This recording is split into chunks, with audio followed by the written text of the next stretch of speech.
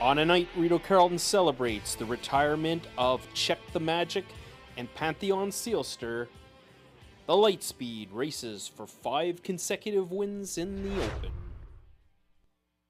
Inside, pull your own strings. At the back of the field is DA Captain Obvious. A lot of separation here at 3/4, 127 and 4. Bitcoin Hanover not being asked. He's just doing it on his own. Bitcoin Hanover, a comfortable leader as he comes to the wire, 4 lengths ahead of a battle for place, and that is between Cheeses Murphy Joseph and Watcha Strikes Fame.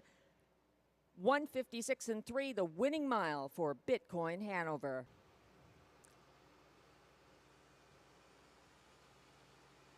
Undefeated in one qualifier and one previous career start, the 156 and 3 mile is his fastest parimutuel victory.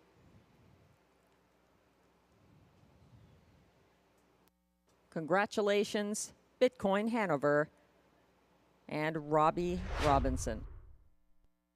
Slowing Irresistible and going down the stretch now. Everyone chasing Conquest Sealster, who's out in front for Gagnon. Here's a late bid up the inside. It might be too late for All-Star Cheddar. All-Star Cheddar curving it on for Pouliot. All-Star Cheddar gets there. Very tight for place. It could have been Irresistible on the outside. We'll wait and see. 154 and 3. 4-year-old Bay Gelding by Better Than Cheddar out of Debutante Divorcée, owned by Jamie Copley of Kenmore, Ontario, bred by Kenneth Albrecht of Milverton, Ontario, trained by Mandy Archer, and the winning catch drive by Stéphane Pouliot. The 154 and 3 winning time equals the lifetime best for All-Star Cheddar. Congratulations.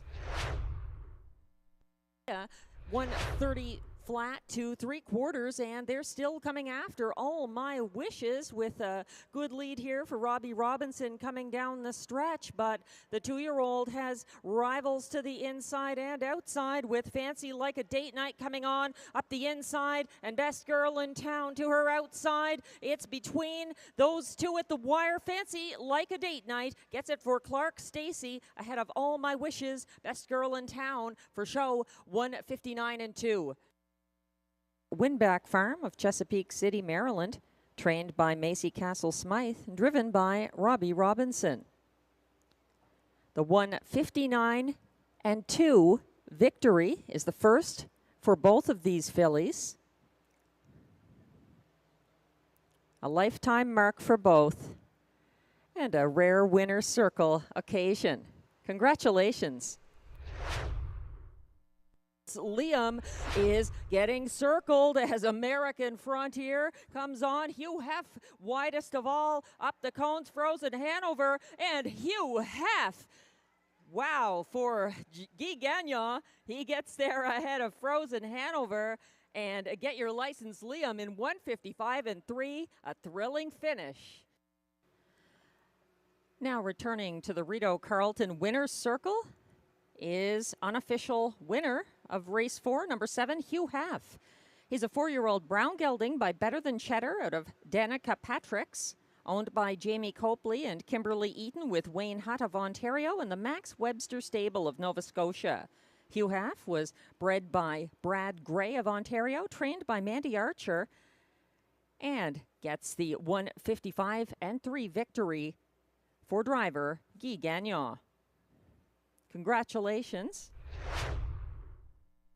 Further back and not involved right now, Surratt Hanover and Illicit Affair, 127 and 1. My Bitcoin is on fumes as they close in up the inside. Walk in, stagger out. Coming on again for Gagnon. Walk in, stagger out. Hardly. He gets there in a demonstrative way ahead of My Bitcoin. For show, looks like it's between Shadow Dave and Bad Apple, 156 and 1. To the Rideau victory, his first of the year, by Guy Gagnon in a 156 and 1 lifetime best. Walk in, stagger out, swaggers out. An official Race 5 winner. 4, walk in, stagger 26 and 1. Delco Dynamo getting some urging now. Past 3 quarters. 126 and 1. He still leads the way. Delco Dynamo for Pouliot. Here comes a late move. Run for the money. Rock and Roll Nation on the outside. Rock and Roll Nation is going to get another for Guy Gagnon. Rock and Roll Nation looked like Run for the Money second. Officer Jones may have gone up for show. 156 flat. Owned by Michel Grenier of Gatineau, Quebec. Bred by Frederick Hurtick of Seaford, Delaware. Trained by Alain Martin. Driven to the win by Guy Gagnon. That's the second seasonal victory for Rock and Roll Nation. His 12th start of the year. A 156 flat win for Rock and Roll Nation. Is up into 4th, 124 and 2 to 3/4. I'm a Dude is getting leg weary. I'm a Dude briefly the leader and now giving way to Perpetual Rock. And is he going to make a third move? No, I'm a Dude just can't do anymore because Perpetual Rock has made front and wins by open lengths over next best Trion de Vie in 153 and 3. Yves Tessier of Quebec and Lynn Bragagnolo of Ontario. Perpetual Rock was bred by Steiner Stock Farm, Ohio. Trained by Yves Tessier and driven to that latest win by the drummer Pascal Berube. The 153 and 3 mile is the fastest win this year for Perpetual Rock. It's his second win and his 6th start of the 2024 season. Congratulations. Sando is easing off as Woodmere Gaelic is chasing home Lancaster Bomber and Jimmy Gagnon. They are out in front. Lancaster Bomber and Jimmy Gagnon getting hunted down by Woodmere Gaelic and Ryan Guy, but it's not enough. Those two finish well ahead of show finisher Probert's Legacy, just ahead of the amazing Sando in a 154 and 3 mile Lancaster Bomber. Coming back to the Rideau Carleton Winners Circle for the second Sunday in a row. It's unofficial Race 8 winner, number 3, Lancaster Bomber. He's a 6-year-old bay gelding by Captain Treacherous out of Pasta La Vista, owned by Scott Miller of Messina, New York, bred by Steve Jones, Montgomery, New York, trained by Christina Miller, driven to a second consecutive win by Jimmy Gagnon. That's the 6th start of the year and the second win for Lancaster Bomber in 154 and 3, a 1/5 of a second faster than last week. A new seasonal best. For his stretch run and up the inside, Full Horse isn't done yet. They're still chasing the light speed. Wider is Aladdin. Aladdin or, oh, it's a tight one. It looks like Aladdin is going to sting this group for the win over the light speed and Jet Rock. Also there at the end, Full Horse, 152 and 1, Aladdin. Trained by Maxime Vellet and driven to the win by Stéphane Brosseau. The 152 and 1 victory by the gelding is a very sharp one, and looking at the statistics, he's still a second off Canada's fastest of the year by an aged pacing gelding.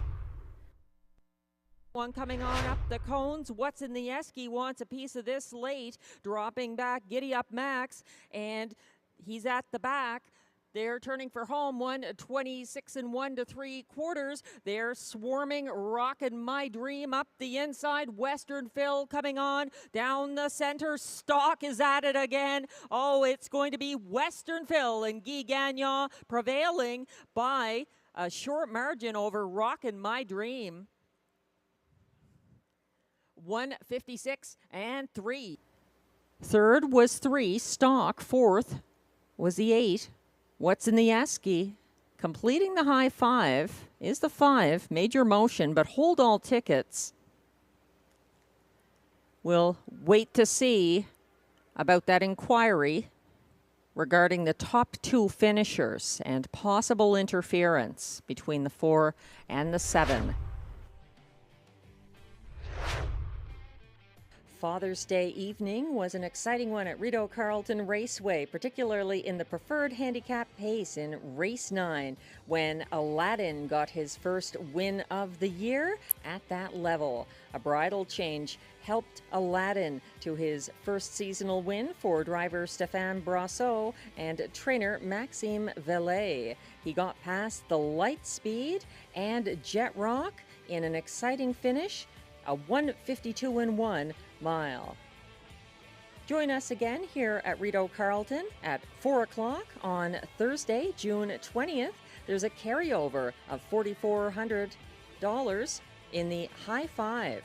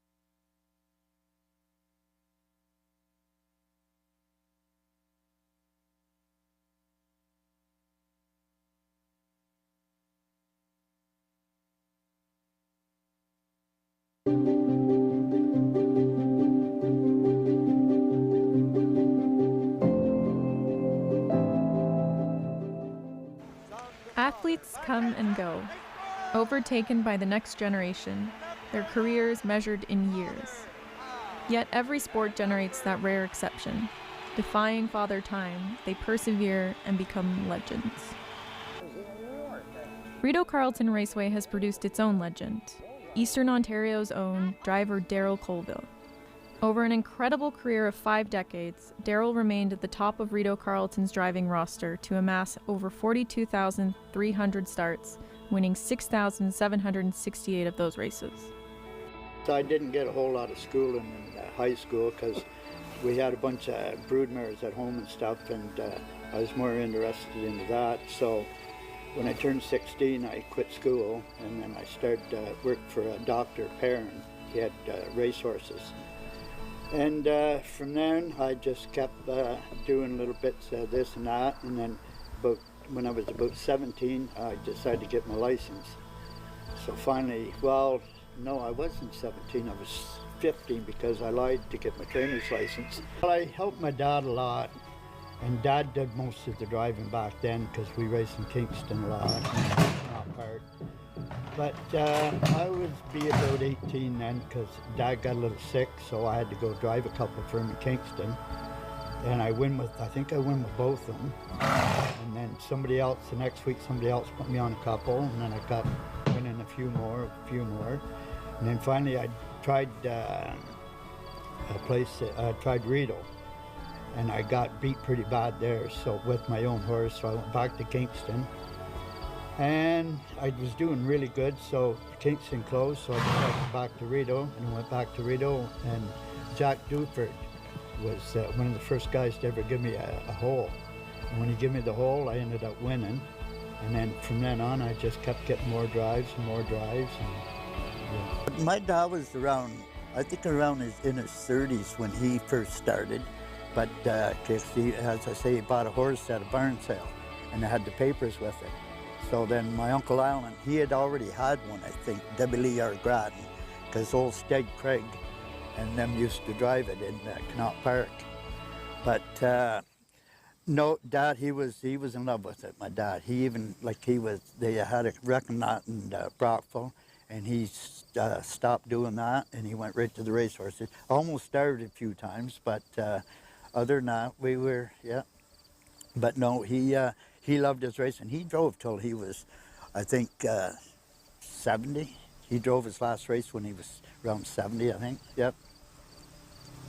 But no, and he was always, he used to give me shit. Like, I remember the first couple of times I raced, like even on a pony, we were at Lansdowne Fair, and I turned around to see where the rest were coming. If the rest were coming, when I turned my pony, and she went right in through the cars and through the infield. And well, I got shit. But no, he said, you never look. He said, they'll come quick enough. He said, you never look behind, because there's always somebody coming, and they will get you quick enough. So I never really, I'll glance, so I can hear them, just. Yeah. You can always get beat. There's always somebody better, It's like anything. But even before I went to the gate, like sometimes if I was going for a big race, like I used to do a lot of stake driving in Quebec City on them small half-mile tracks and stuff. And lots of times I'd draw the 8-hole and stuff. And you'd think about what I got to do. But as soon as I got behind the gate, everything just went to what I had to do, really. It's just something that come to me, I remember one time in Kingston, we were heading down the backside and it was terrible and muddy. But back then, there was a lot of older drivers like I am right now, but that's why I think I quit, because a fellow can't tuck and roll as good as he used to. But I remember we were going down the backside, and there was Danny Murphy in there, Ted Hunchback, and a few of us. And this older guy came out and took the legs from underneath my horse.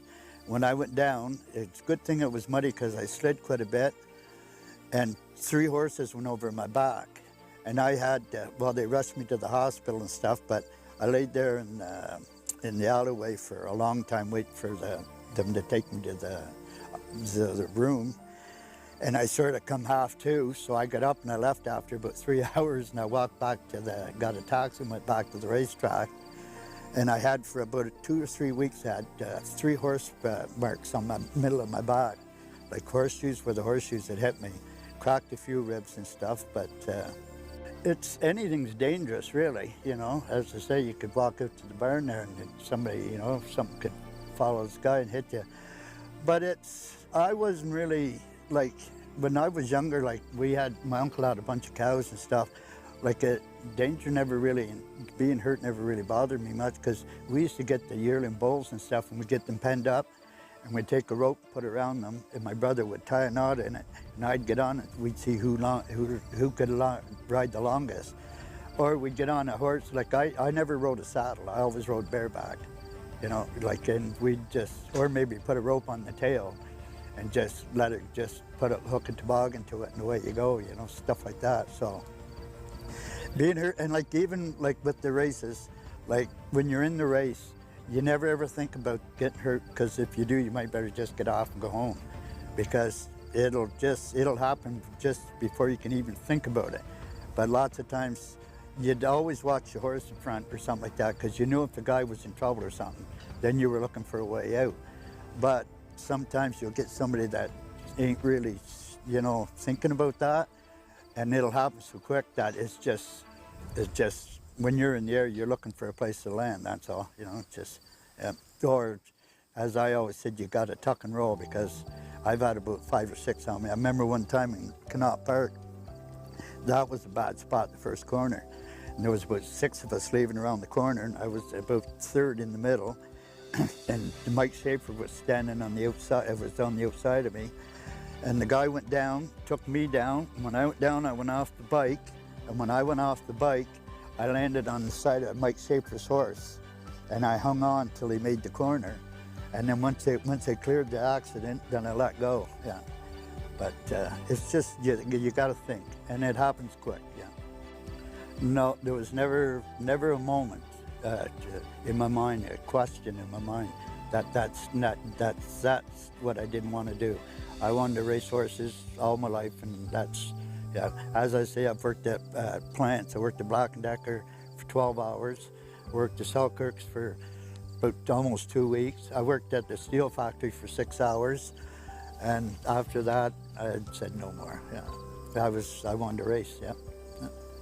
To drive, and Daryl, you know, when there was a race to be won, Daryl, I mean, he won a lot of races, but he always took care of us young guys. Like, he knew what the future of the sport was, and he knew that us young guys that were starting out were going to be the future.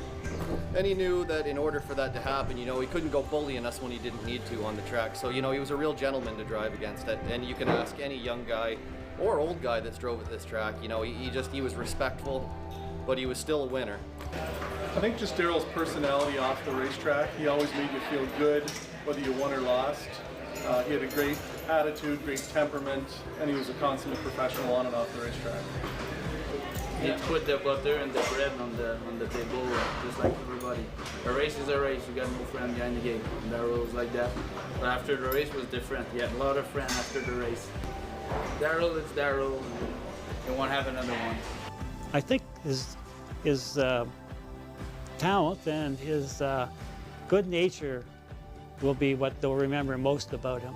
I would just like to thank everybody, and just, I've had a hell of a ride, and I've enjoyed every minute of it, and I wouldn't change it for the world.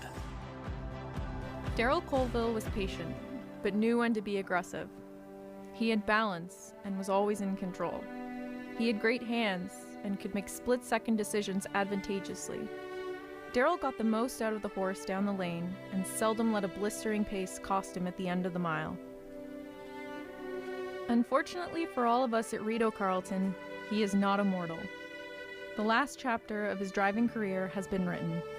What is left is his legacy, one of a fierce yet benevolent competitor, persevering many challenges and engraving his name in the memories of all who follow our sport for many generations to come.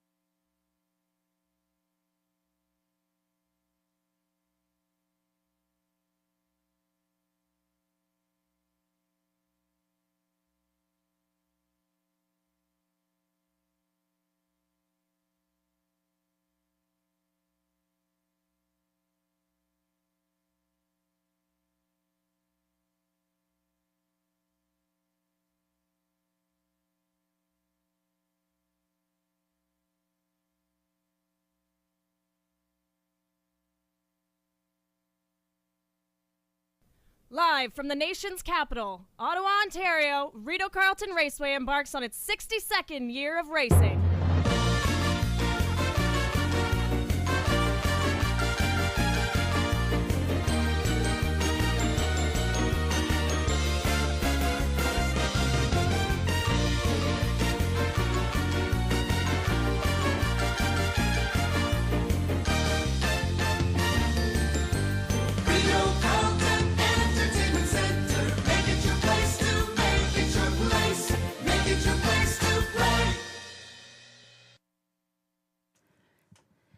Hello and welcome to Rideau Carleton Raceway for this Thursday afternoon card. We're about 24 minutes away from post time for race 1. Take note that not only was there a super high five carryover that was going to be offered on race 6 later on in today's card, it's now been raised to a $7,500 guaranteed pool for the Super High Five. That's in race 6. There will not be a second Super High Five this card. We're going with a Superfecta in race 10.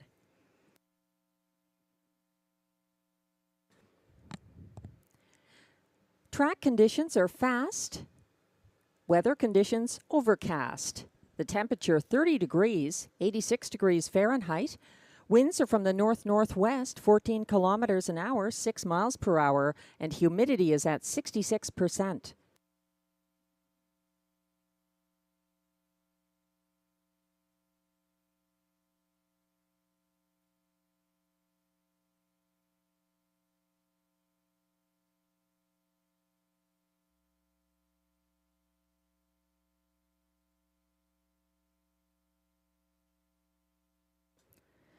We have a few changes to announce.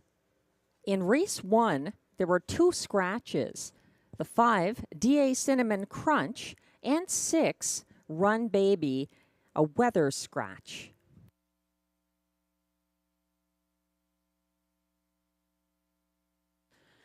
In race 6, we also have 1 scratch, a weather scratch. That's the 3, War and Mun, in race 6.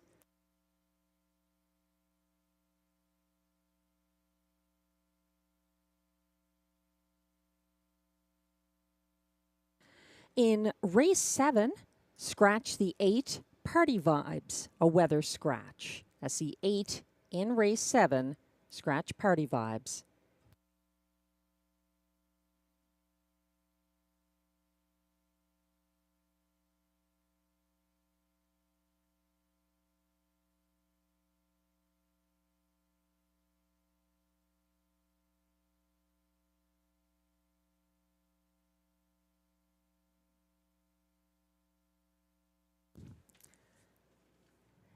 It's a humid day at the track, but it's a wonderful day to take in the air-conditioned simulcast lounge here from which you can see the track. And we also have some very impressive racing coming up on Sunday. This Sunday, June 23rd. It's the OSS Gold 3-year-old filly pacers and 3-year-old male pacers. They'll be here at Rideau Carleton as part of the OSS 50th anniversary. Definitely a good day to come to the track if you haven't been in a while, and tell your friends as well. There's a 6:30 post time. We have $2 hot dogs, an OSS food special. There's going to be cake, some swag, and drivers coming in from Woodbine Mohawk Park, some of the best and best known in Canada, joining our regular drivers here at Rideau Carleton to make for sensational racing and a great day, as mentioned, to bring your friends and family back to the track if they haven't been in a while. The OSS races will be race 6, the 3-year-old Colt Pace Gold Leg, going for a purse of $140,000. And in race 8, the 3-year-old filly Pace, also Gold Leg number 2, going for the $140,000 purse. They're full fields, and it's going to be a full night of excellent racing here at Rideau Carleton.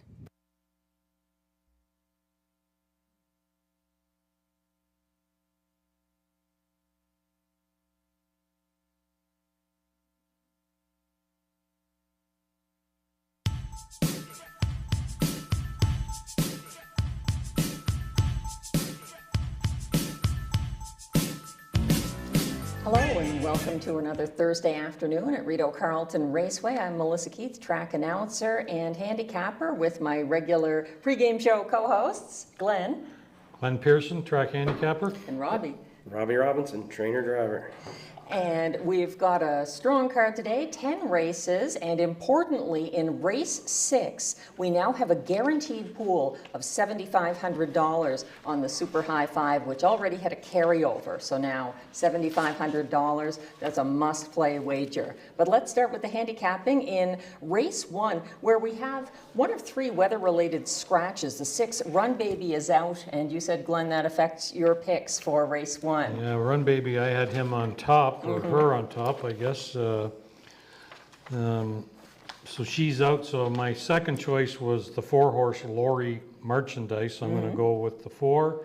And then the 2 Red Carpet Ready and Always Be Merry. And probably now I'll drop a darker shade of pale in as the bottom to fill out the top 4. That's pretty much the field. Yeah, well, I'm taking Always Be Merry. I think she's going to be probably one of the best bets of the day. I've got her too on top. The driver changed to Robert Shepard, and she was flying on the end of it last week. She was sitting out of it. It doesn't show that it was an off track, but it was an off track when she raced.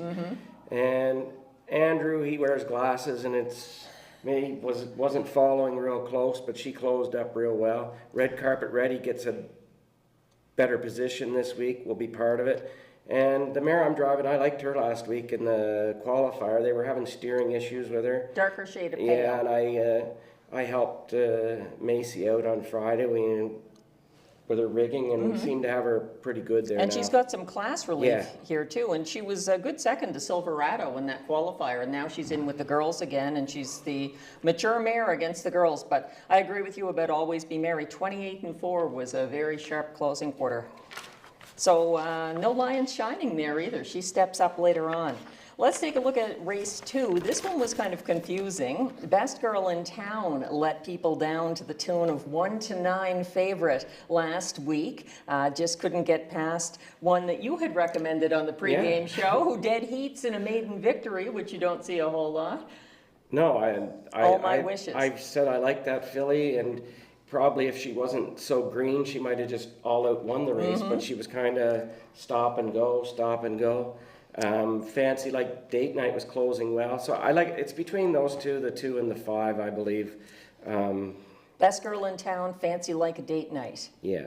Yeah, I agree with those 2. I mean, the 5 come up the rail last time, just to be part of the dead heat.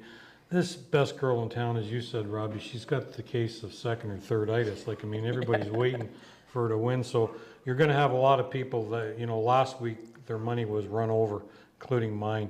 And very disappointed that I thought that was a class that she should have won. And on the driver change. It wasn't a great, to me, drive. I thought the drive could have been a little better. I thought Stefan would step her up type thing, and it turned out it didn't work out that way. I'm going to go against both with Horizon Sealster, another one who closed in the field's fastest last quarter, 29 flat, and she was just flying late. So that's the 3 in race 2. Let's move on to race 4. This one was hard to handicap. Mythic Gambler, I think, looks like he's going to win here. He had 3 consecutive Rideau wins last fall for Samuel Fillion, but they were at a lower level. He was a beaten 1-5 favorite last time. He was parked by Conquest Sealster early, so going with Mythic Gambler, the 5 in race 4, but it's a tough decision because All-Star Cheddar was also a good winner last week. Yeah, I think this horse, Mythic Gambler, for me, is the best in the race. I'm not really sure why he pulled first up with Conquest Sealster. Kind of a sacrifice. He wasn't going to, he wasn't going to clear that horse. When he puts him on the front, he's going to the front. He's not letting anybody go. So, and he hung in real well, and he was still closing late. So if he saves that brush in a 7-horse field, it's going to be pretty hard to beat that horse. He can close better than probably most horses on the racetrack. What do you think? you know what? Not very often you're going to get 3 people on a panel agree on a 6-1 morning line as the horse to beat. But we've all picked the same We horse. saw that race, and the beaten 1-5 favorite turning around for the same driver. The one thing they always say about morning line is that's just one person's opinion. That is very, very true. Or they hadn't had their coffee in the morning when they made the morning line. And I'll tell you a horse that I want to watch at the bottom of the ticket is who's that? LaBarbe. Oh, you know what I mean? I just think that horse is better than he shows. He's off a couple of weeks now, and you know what? I'm going to include him in my tries. I don't know to win, but at the bottom of the ticket for sure. Hard to leave anyone out there, I thought. What about race 6, our high five race with that guaranteed pool for $7,500 now? Nobody hit the high five last time, so we already had a carryover. This one, we do have a scratch, the 3, Warren Munn, a weather scratch. I like Sonny Bow from the rail. I think he'll get the trip he likes instead of coming overland like he did last time following Saskabush Steve. I think he'll get a trip, but I'm going with Rockin' My Dream. He's going to the front. He's got such quick gate speed, and it's whether he can hang on or not. And I like press time, dropping down into the 8,500 claimer. Second start from Andy Archer. Yeah. I like exactly those 3 in exactly that order, and you know, the all button maybe 3rd or 4th. I mean, there's only 7 horses now, so it's a good race to move your picks around. Even Sonny Boy, you know, he might not win, but you know he's probably going to be in the top 3, so you could move him up and down in various positions. But this is a good race to jump in on the high five for sure. And race 7, we have another one of the weather scratches, actually the last of 3 in there, 8 Party Vibes. I think Blue Moose is overdue. It's sort of a feeling. He's a spot play for me. He had excess cover on the last turn last time, and he closed in the co-fastest last quarter, 29 flat. He gets a much better post here. And Isabelle Darvaux and Robert Shepard have had him for a while. Post 5, I think he could be part of it. Maybe not a win, but I think he'll be a price. I'm going to Dylan's Bank this week because last week this Greystone Watchman removed on him. Hopefully Pascal Berube will think better of it this week. And Dylan, he's good on the front. Another horse I like in there's Time to Dancing, gets a class relief, but I don't think he has enough gate speed to outleave the 2 or the 6. And who else would I like in there? I did like the 8, which is scratch. Yeah, I like Mr. John shows good enough times that he could be part of it. So I kind of like Dylan's Bank, Time to Dancing, Greystone Watchman, Mr. John.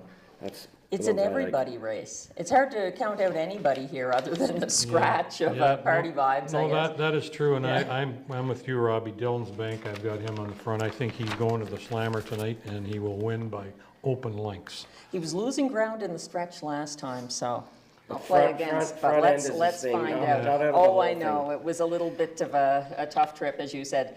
What about race 8? Some excellent mares here and outer post assignments for Speaker Nancy, the 7, and 8 Sauble Amber dropping down from the Rideau Preferred Handicap against the boys.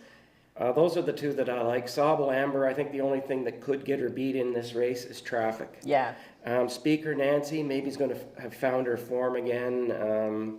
The Turning Point looks good in there. DM Temptation has been really racing well, hasn't missed the board in her last 6, so that's I think Lion's Shining can step up and be part of the exotics. She's not going to win it unless she finds 2 seconds. This is a big jump. Yeah, watch though in the Super and the Try. I would put her on the bottom. I agree with that. I mean, it's a big jump for her. I like Robbie's top 3 picks there, and I would put Lion Shining on the bottom of the ticket. Yeah. She has to jump it up, but I mean, you know what? You're going to find out what you have tonight because she's That's well-bred. It. She's well-bred. Yeah, very nice mare.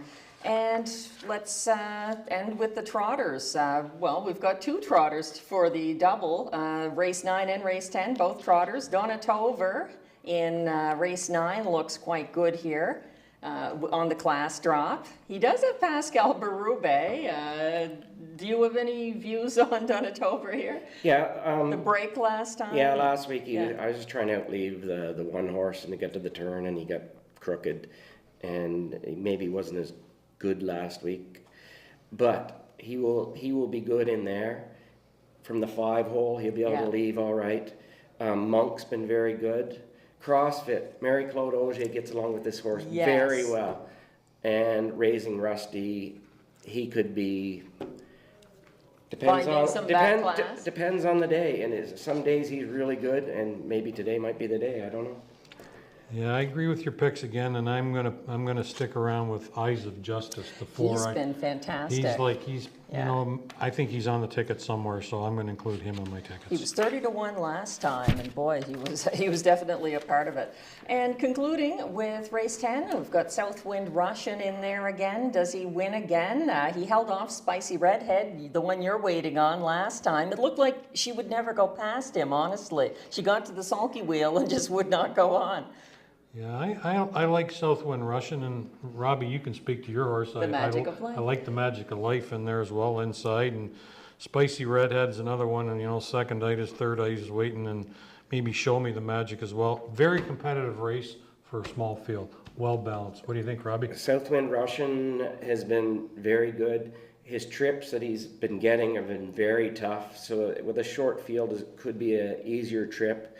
My horse, I think the last 3 times I've been on off tracks, he's run, because when we race in the mud, we go with trotting boots, and maybe that has something to do with it. I don't know. Coltrane de Vie, I think this class jump's going to be a little bit too much for him, and if he goes to the 3/4 and 125, he's going to get eaten up real bad.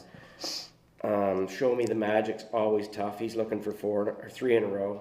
So. And he's the only horse that's beaten Southwind Russian since he had the form reversal back on May 9th. So he's a player.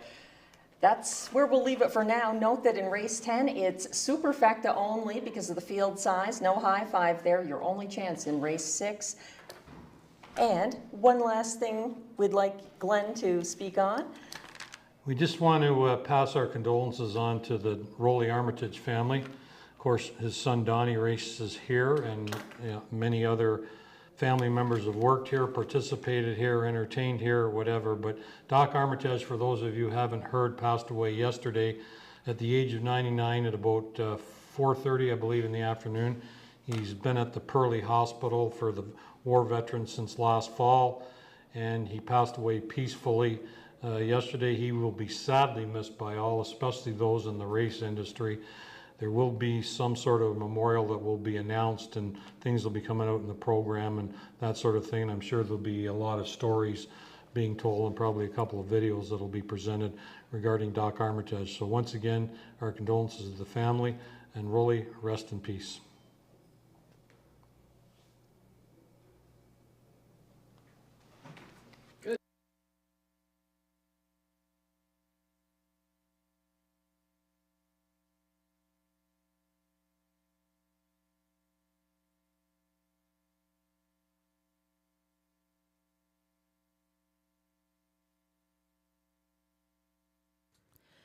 We're about 6 minutes away from post time for race 1. As mentioned, there are a couple of scratches in this race. The 5, DA Cinnamon Crunch, and the 6, Run Baby, are both scratched, leaving us with a field of 4 for race 1. The popular favorite, the choice of myself and fellow handicapper Robbie Robinson, Always Be Merry, 1-9 from the rail.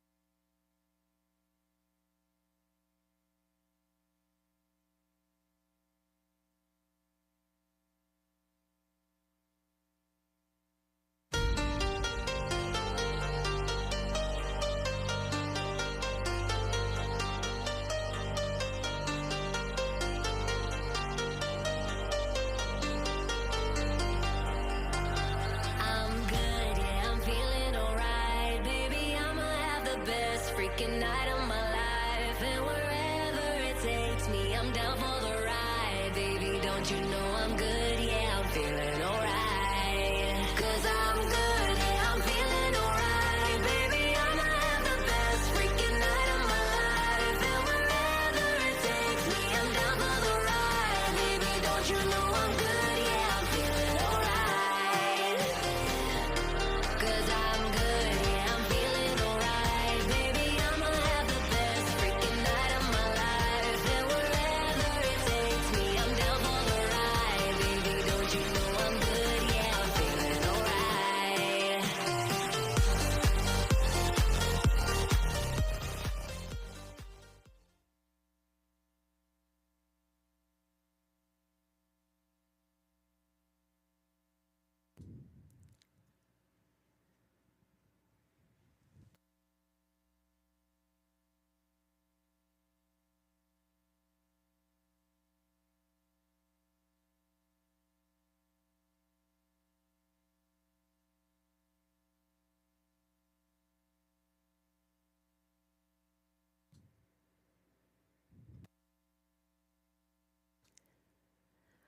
Another on-screen reminder about the guaranteed pool of $7,500 coming up for the Super High Five in today's Race 6. There is no Super High Five in Race 10 today due to the smaller field. So if you like the wager, you'll like the guaranteed pool. And that's Race 6 for the guaranteed pool High Five.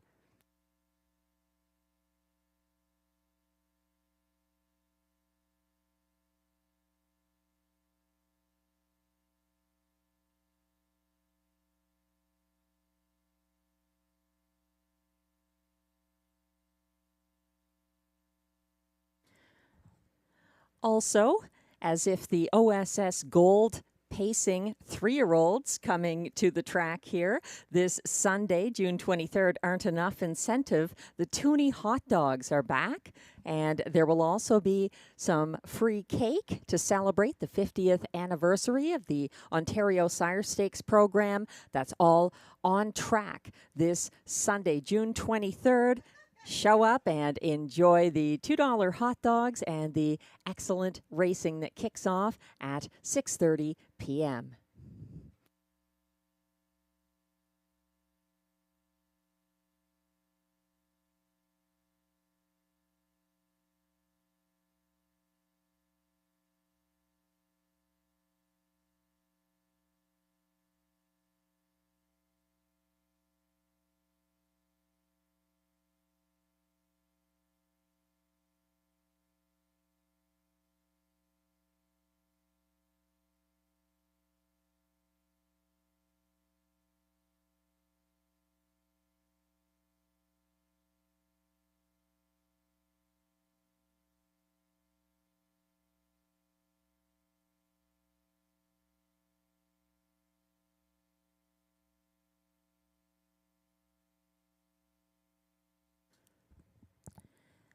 As we await the post parade for Race 1, another reminder about the Canadian Horse Racing Hall of Fame honoring its class of 2024. It's on Wednesday, August 7th, with a gala at the Mississauga Convention Centre. And there are some local connections, including Ross Curran being inducted. Individual tickets are on sale now with an early bird price of $225 plus HST until July 5th. You can purchase tickets for that gala event by visiting CanadianHorseRacingHallOfFame.com. That's their website, and they can also be purchased if you visit the Hall of Fame at Woodbine Racetrack. Tickets are now on sale for their class of 2024 inductees.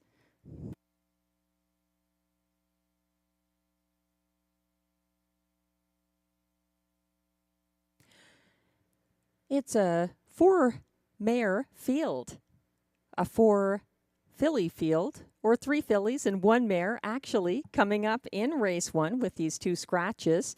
And the betting public continues to favor the 1, Always Be Merry. This time, Robert Shepard driving for co-owner, trainer Andrew Moore, who was in the bike for this 3-year-old Always Be Mickey filly on June 13th. She closed in the field's fastest final quarter, 28-4. And Robbie Robinson mentioned that he felt the track wasn't lightning fast when she did so as well. So an impressive effort there. Always Be Merry, 2-5 at the moment.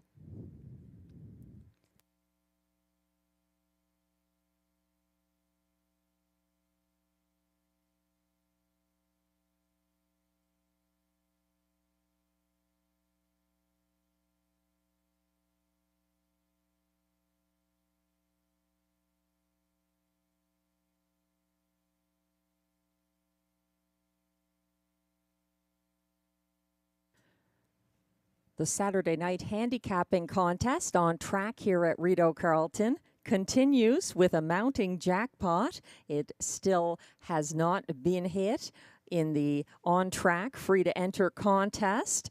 $1,900 is the current jackpot. This is Tammy Forgey's Saturday night on-track only handicapping contest in the Rideau Carleton Simulcast Lounge. Hopefully you can join us next Saturday night to take part in that contest. Free to enter, and that jackpot just keeps improving.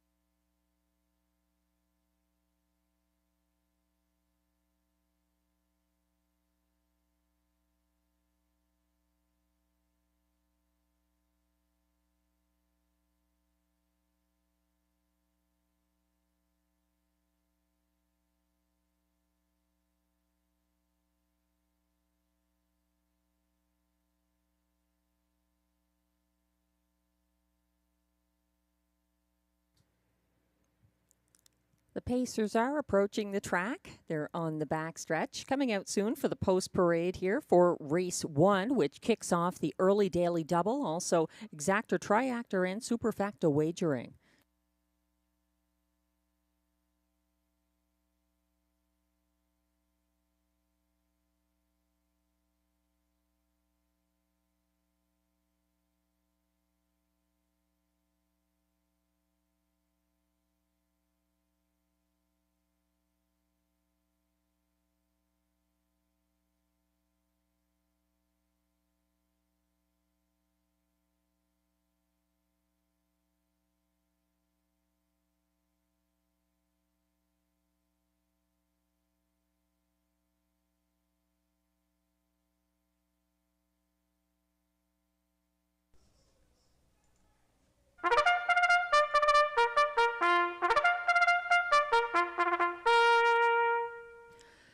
The Race 1 Pacers are coming on track for post parade. They are fillies and mares, non-winners of $18,000 lifetime. Non-winners of a race this year allowed $7,500. Also eligible, $20,000 claimers for non-winners of $30,000 lifetime. Also eligible, non-winners of $400 in their last 5 starts. The purse is $6,200.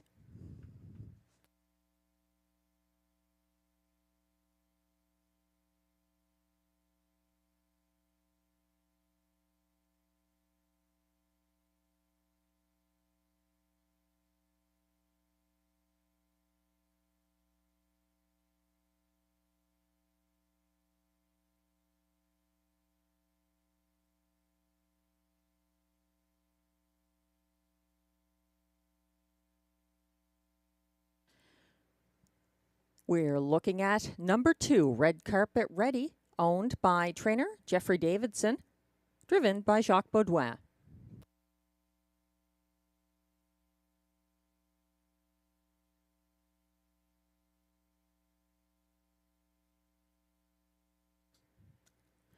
One is Always Be Merry, owned by trainer Andrew Moore with Tommy Godfrey, and driven by Robert Shepard.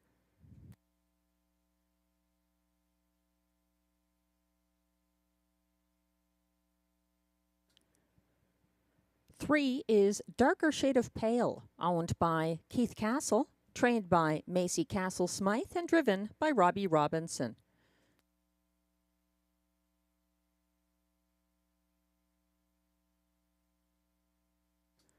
Four is Lori Merchandise, owned by trainer Katja Leclerc, driven by Stéphane Pouliot. 5, DA Cinnamon Crunch is scratched, as is 6, Run Baby, a weather scratch. That's your field of 4 for race 1. They'll be going behind the gate shortly. Current favorite at odds of 2 to 5 is number 1, Always Be Merry, now on your screen. She took back to last at the start last Thursday. That was her Rideau Parimutuel debut. She trailed until the final turn, and then she came third over and closed wide in the field's fastest last quarter, 28-4. This is her Rideau debut for driver Robert Shepard.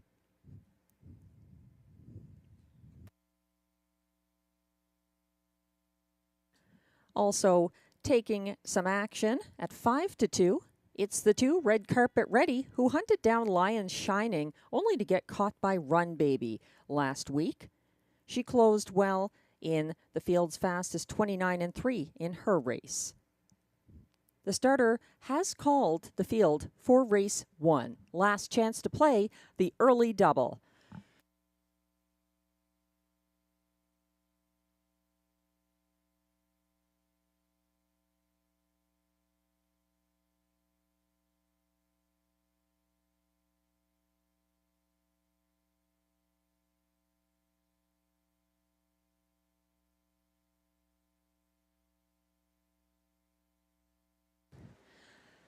The field of 4 is going behind the gate.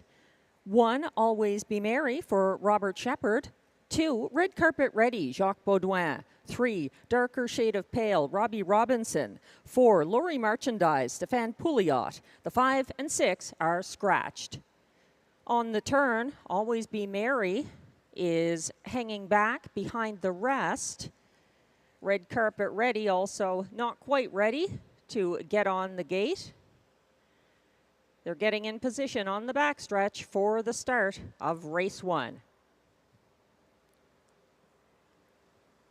Lined up and off and pacing through the center already. Red Carpet Ready and Darker Shade of Pale are waging a 2-mare duel for command. A couple of lengths back in third, dropping back, Always Be Merry, and following from fourth in this 4-mare and filly field is Lori Merchandise. Things have been settled on the front end. Robbie Robinson sends the lone older mare, Darker Shade of Pale, to the front, and she hits the quarter in 28 flat and cruises away by about 3 lengths over next best challenger, Red Carpet Ready. Here comes a first over move from third by Always Be Merry, who tightened up. She's closing in on Darker Shade of Pale as they approach the second turn, still trailing by a couple of lengths. Lori Merchandise, they are on the turn in pursuit of Darker Shade of Pale, in line to Robbie Robinson, sitting the pocket and yet to make a move. Unable to get out right now is Red Carpet Ready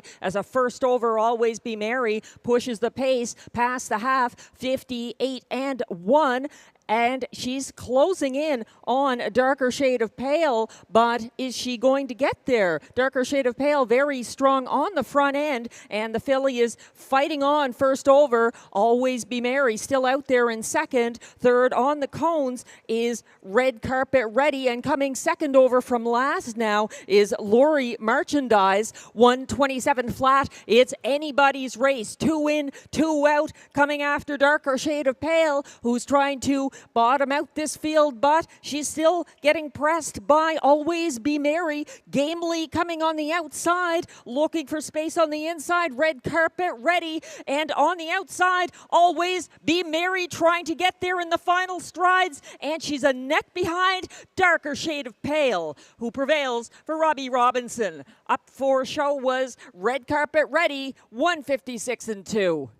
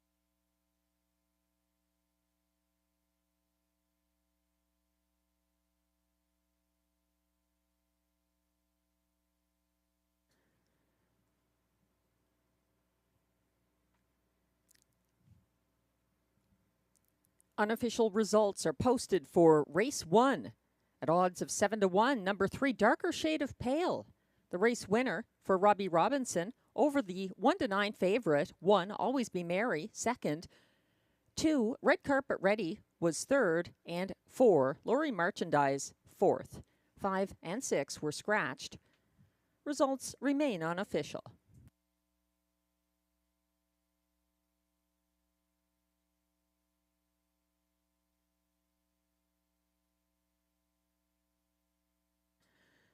Coming back for her winner's circle photo, the first of the 2024 season in her 17th start this year, race winner, Darker Shade of Pale.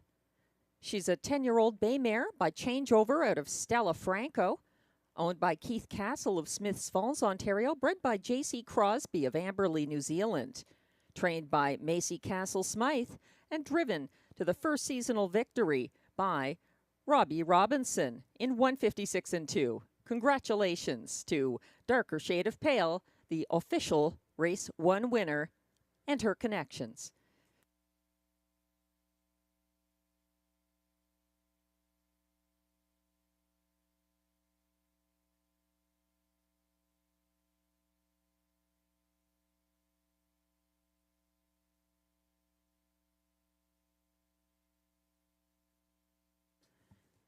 Prices are posted with 3, Darker Shade of Pale paying $17.20 for the win.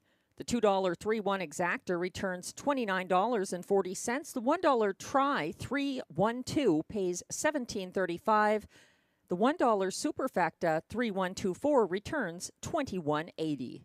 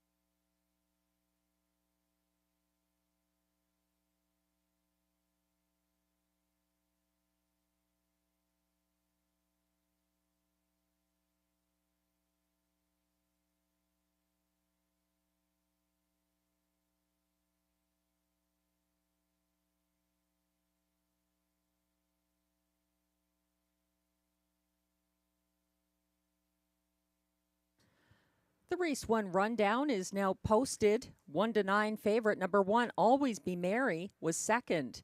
2, Red Carpet Ready was third. 3, Darker Shade of Pale, the race winner for Robbie Robinson. 4, Lori Merchandise was fourth. 5, DA Cinnamon Crunch was scratched, and 6, Run Baby, also scratched. From the top down, your program should read 2-3-1 4 scratch scratch. The fractions were 28 seconds to the opening quarter, 58 and 1 to the half, 127 at 3/4, 156 and 2, a seasonal best in the first 2024 victory of Darker Shade of Pale.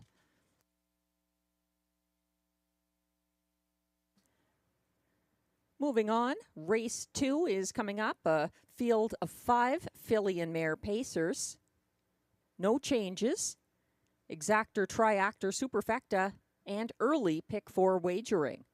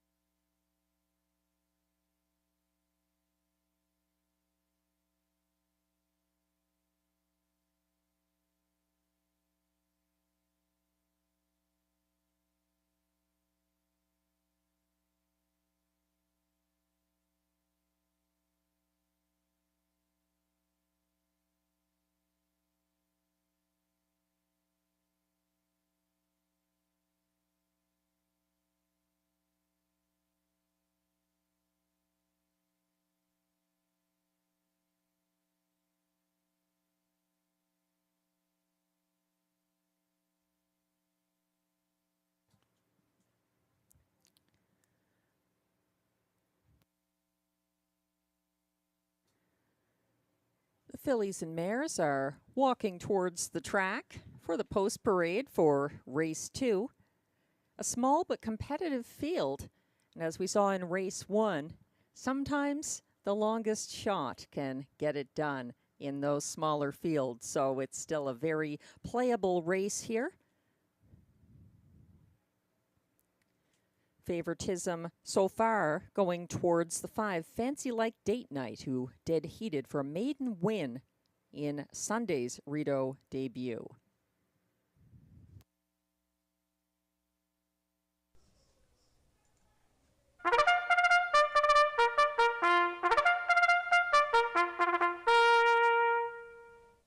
Here comes the race 2 post parade. These fillies and mares are non-winners of $5,000 lifetime, with non-winners of a race allowed $1,000. The purse, $6,000.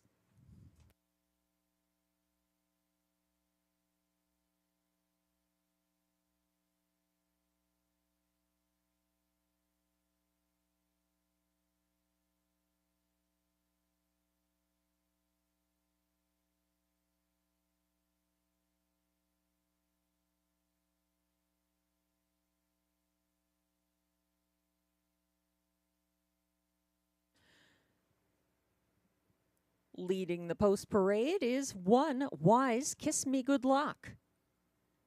She is owned by Investissement KFB, trained by Carl Duguay, driven by Pascal Berube.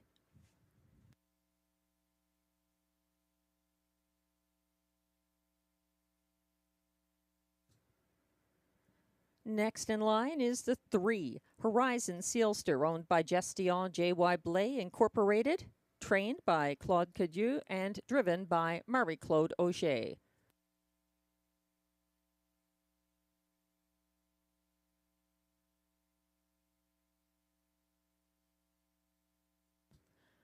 Two is now on track, Best Girl in Town, owned and trained by Melanie Plourde, driven by Stéphane Pouliot.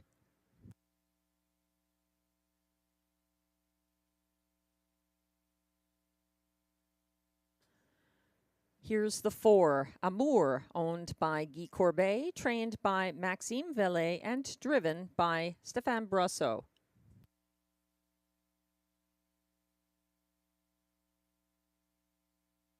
Completing the field from post 5, the current 8 to 5 favorite, Fancy Like a Date Night, owned by Mark Stacey with Hudson Standardbred Stable Incorporated, David Reed, and the Landmark 16 Racing Stable, trained by Sean Stacey, driven by Clark Stacey.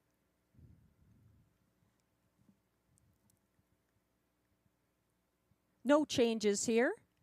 Exactor, Triactor, and Superfecta wagering. And this race does kick off the early pick 4. The co-favorite at the moment is 5, Fancy Like a Date Night,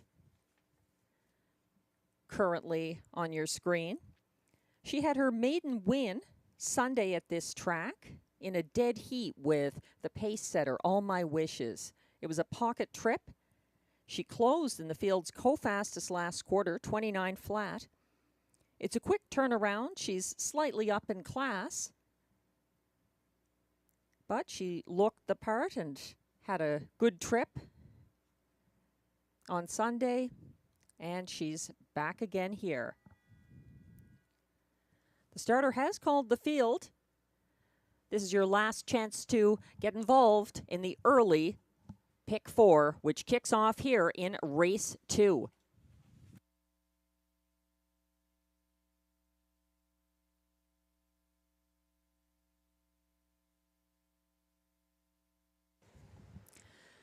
They're lining up behind the gate. One is Wise Kiss Me Good Luck for Pascal Berube. 2, Best Girl in Town, Stéphane Pouliot. 3, Horizon Sealster, Marie-Claude Auger. 4, Amour for Stéphane Brosseau. And 5, Fancy Like Date Night, Clark Stacey. They're on the turn and lined up for the start of race 2 and the early pick 4.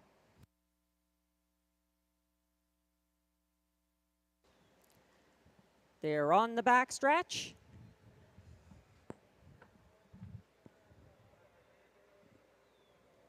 off and pacing, and they're leaving like a 5-horse team. Splitting through the center now, that's Best Girl in Town, going to try things on the front end. Coming after her first over early is Amour, and back in third along the cones, Wise Kiss Me Goodnight. It's a small gap, about a length and a half back to fourth. That's where you'll find Horizon Sealster, and trailing in the early going is Fancy Like Date Night. They hit that opening quarter in 28 and 1, a fast early fraction for the fillies. And here's some movement as Best Girl in Town moves past Amour to reclaim the lead, and she's out there by a length and a half. Amour sitting second, a gap of 3 to Wise Kiss Me Good Luck, who's followed in fourth by Horizon Sealster. Still at the back, Fancy Like Date Night. They are tightening up as they approach the half in single file procession.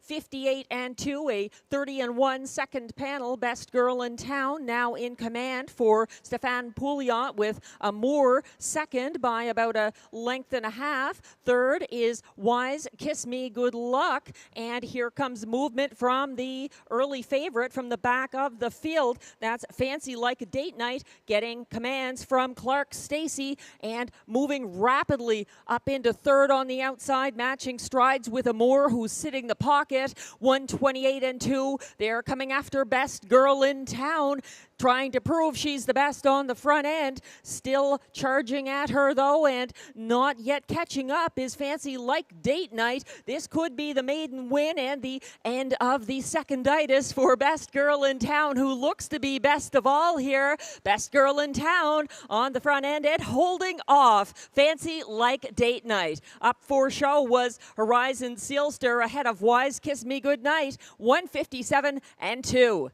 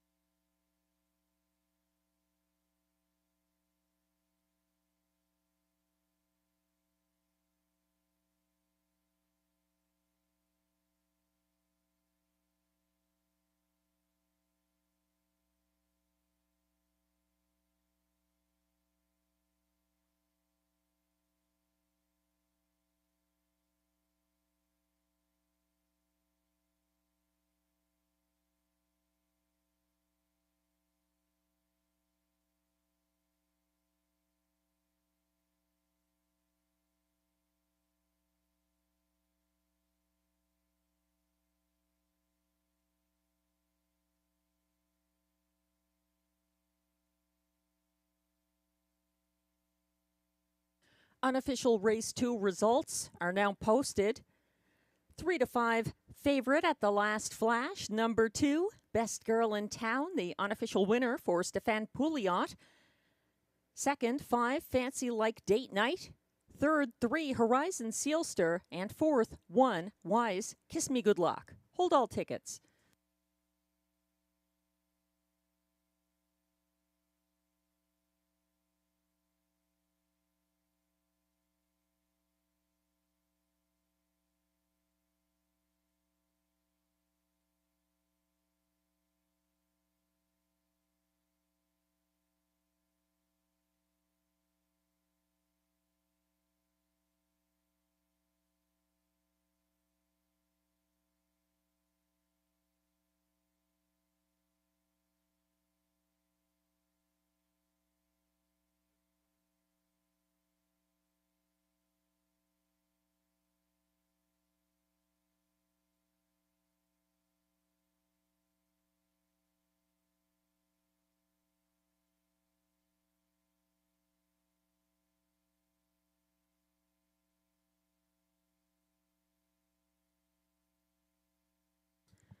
Race 2 is now official, and it's a maiden win for number 2 in race 2. Best Girl in Town is a 3-year-old bay filly by Best of Best Hanover out of Bewitched and Bewildered, owned by her breeder and trainer, Melanie Plourde of Gloucester, Ontario, driven to the maiden-breaking win by Stéphane Pouliot. 1:57.2, a new lifetime mark. Congratulations, best girl in town, Stéphane and Melanie.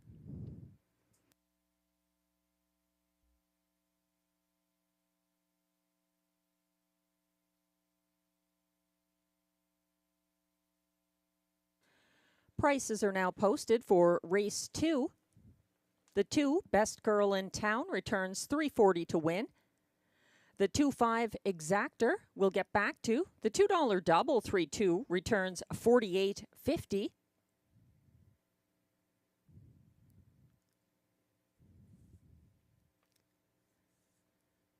The $2 exactor this race, 2.5, pays $9.20. The $1 try 253 returns $8.30, and it's $17.10 for the $1 superfecta ticket 2-5-3-1 combination.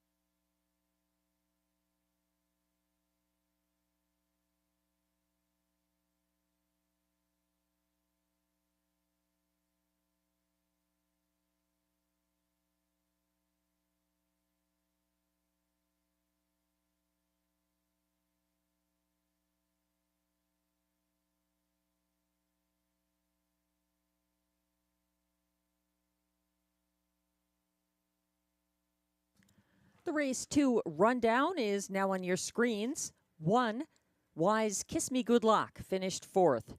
2, Best Girl in Town, a winning 3-5 favorite in her first lifetime victory for driver Stéphane Pouliot. 3, Horizon Sealster, 3rd. 4, Amour, 5th. And 5, Fancy Like Date Night, 2nd. From the top down, your program should read 4-1-3-5-2. The fractions were 28 and 1 to the opening quarter, 58 and 2 to the half, 128 and 2 at 3 quarters, 157 and 2, a lifetime mark now for maiden breaking winner, best girl in town.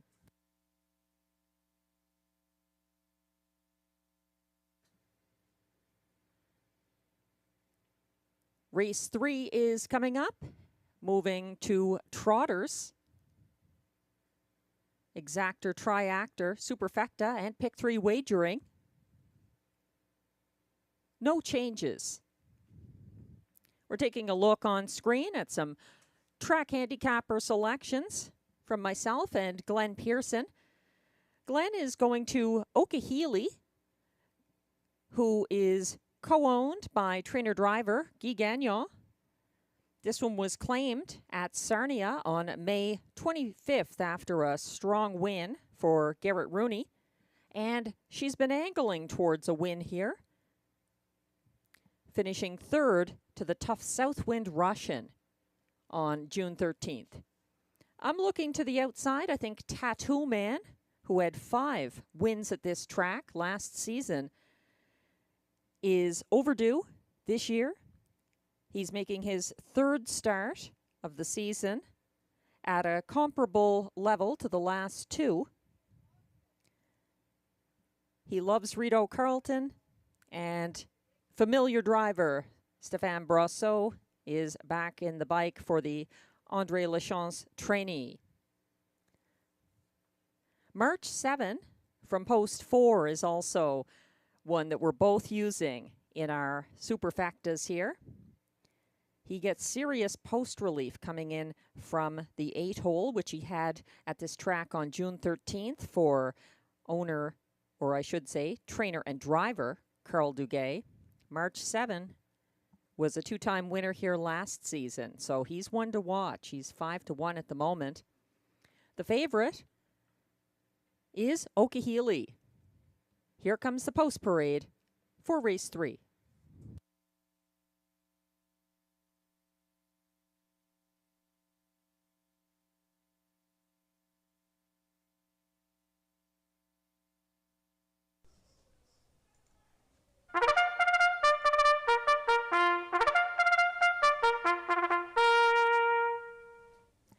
The race 3 trotters are on track. Non-winners of $15,000 or 2 races lifetime. Non-winners of a race this year allowed $1,500. Also eligible, non-winners of $400 in their last 5 starts and $10,500 claimers. And a claim has been entered on the 5, Okehili.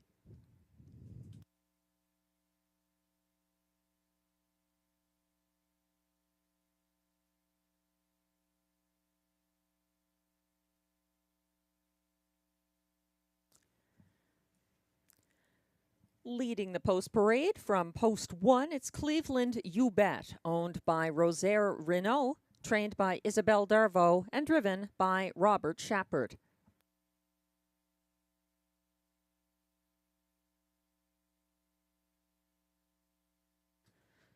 Two is KT Double Deuce, owned by trainer Luc Loyer, driven by Pascal Berube.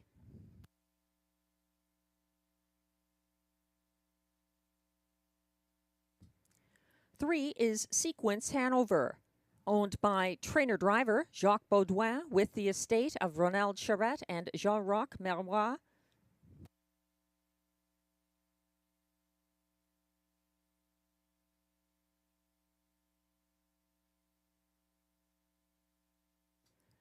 Four is March 7, owned by Investissement KFB with trainer-driver Carl Duguay sharing ownership.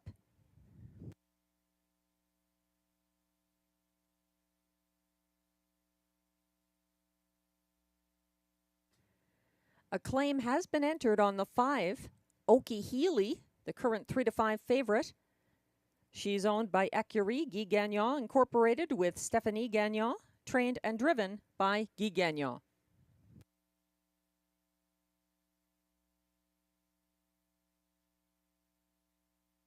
Six is Wish You'd Tell Me, owned by trainer Gerard Vaillancourt and driven by Jimmy Gagnon.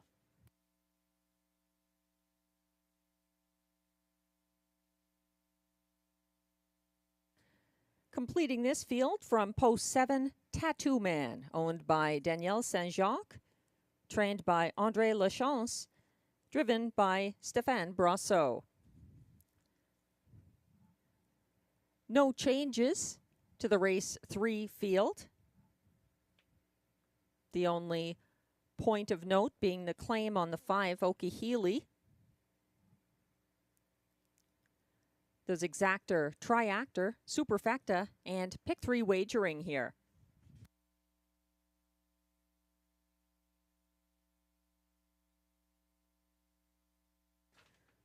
We're taking a look at the favorite, currently at odds of 1-2, 5, Okehili, is making her third Rideau start with her third successive class drop as well.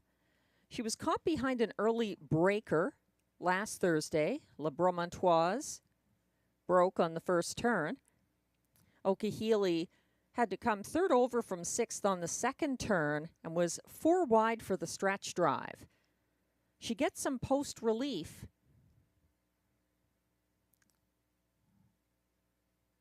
And she was claimed.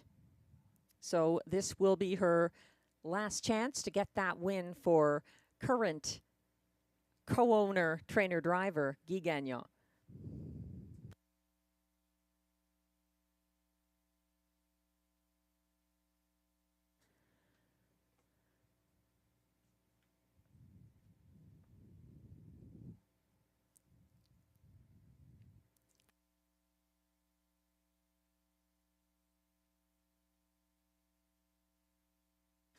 The starter has called the race 3 trotters.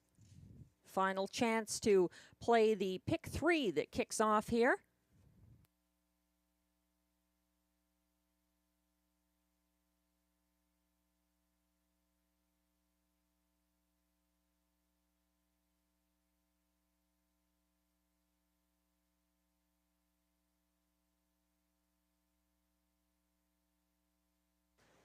The trotters are going behind the gate.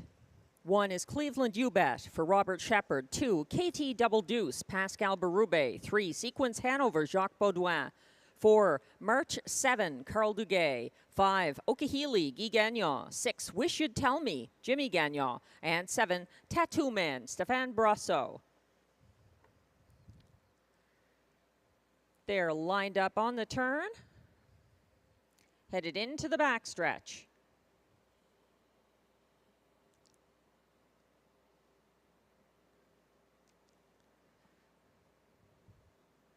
They're off and trotting and pushing the gate away from post 6. Wish You'd Tell Me has some early speed, and she's out wide around Okehili and defending the rail. That's KT Double Deuce advancing for Pascal Berube and fighting off a first over Okehili, who's on the outside and now thinks better, reverting to the pocket for Guy Gagnon as they settle into single file order, going past the opening quarter in 28 and 1, led by 21 to 1 shot.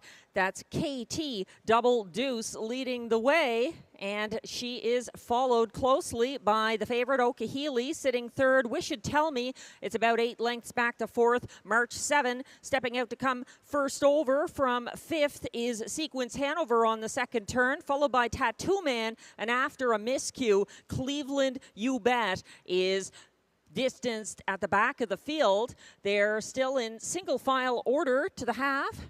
59-58, that is, flat with KT Double Deuce leading the way, and Okehili at 1-5, leaving that pocket to come first over again and challenge the leader. A couple of lengths back in third, that's Wish You'd Tell Me. Following fourth is March 7, and now coming from second over back in sixth is Tattoo Man, caught inside at the back. That's Sequence Hanover, and out of it, far out of it, is the breaker Cleveland U-Bet, 128 and 1. They're headed down the stretch now, and a confident lead for the favorite Okehili, who's out there having put away KT Double Deuce and winning by a massive margin.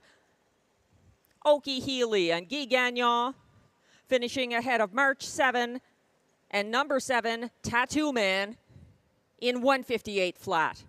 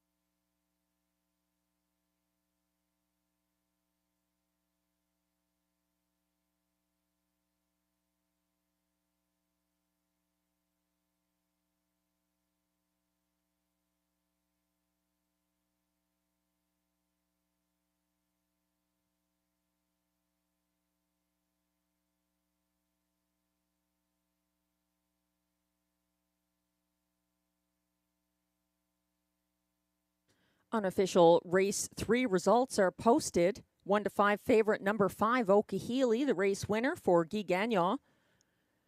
4 March 7 was second. 7 Tattoo Man, third. And 3 Sequence Hanover, fourth. Hold all tickets.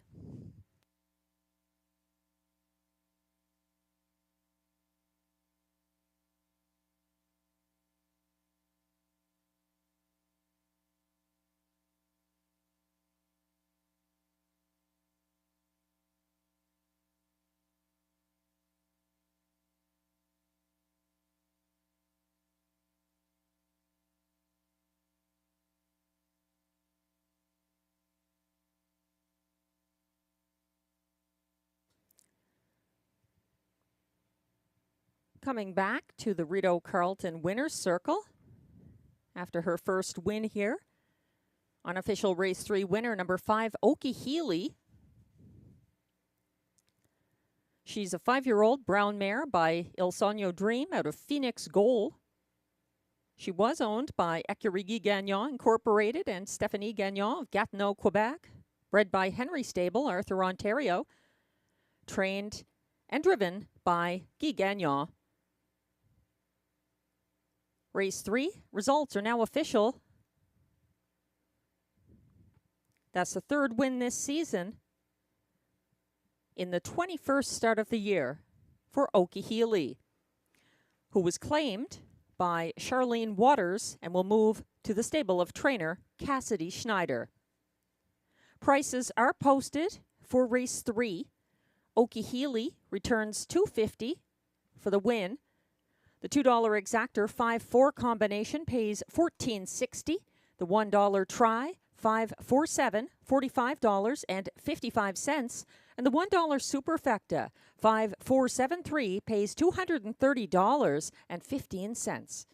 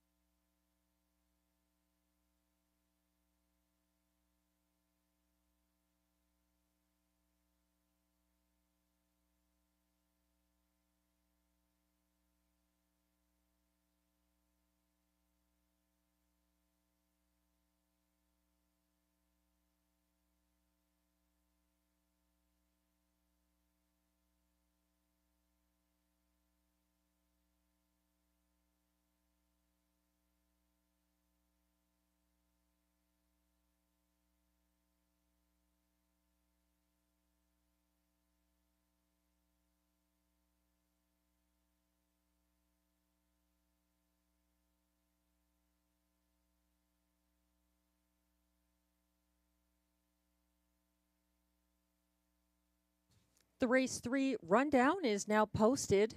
1, Cleveland Ubat was 7th. 2, KT Double Deuce, 6th. 3, Sequence Hanover, 4th. 4, March 7, 2nd. 1 to 5 favorite number 5, Okie Healy, the race winner for Guy Gagnon. 6, Wish You'd Tell Me, 5th. And 7, Tattoo Man, 3rd. From the top down, your program should read 764-2153. The fractions were 28 and 1, 58 flat, 128 and 1, and a 158 flat winning mile for Okie Healy. She was claimed and moves to owner Charlene Waters and trainer Cassidy Schneider for a claiming price of $13,125.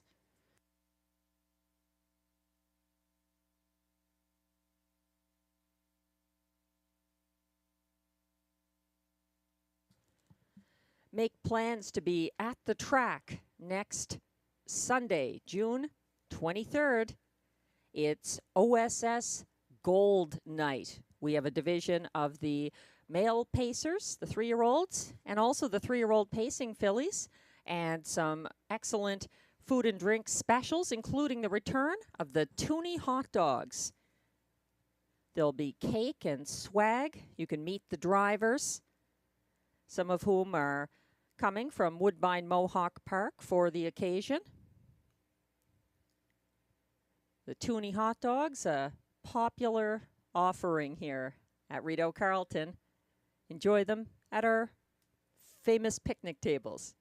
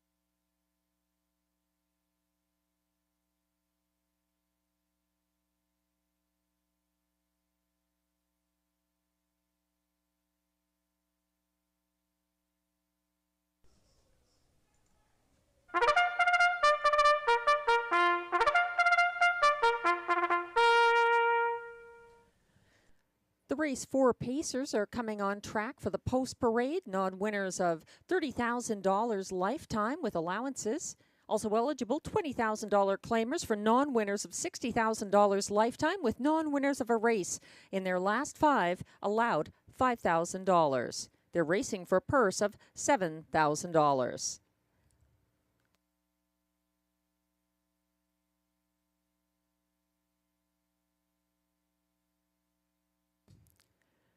One is Irresistible, owned by Jamie Copley with Darren Tingley, trained by Mandy Archer, driven by Ryan Guy.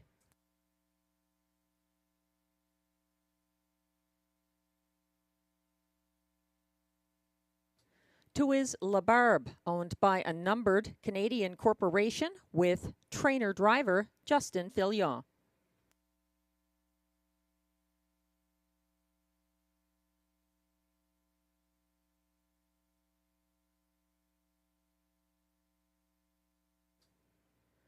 4 is All-Star Cheddar, owned by Jamie Copley, trained by Mandy Archer, driven by Robert Shepard.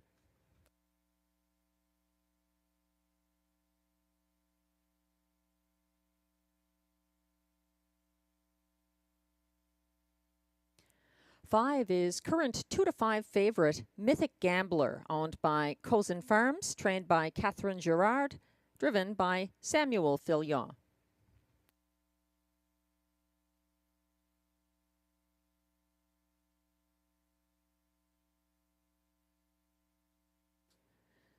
6 is Tell Laura I Love Her, owned by Litwin Racing Team, trained by André Lachance and driven by Pascal Berube.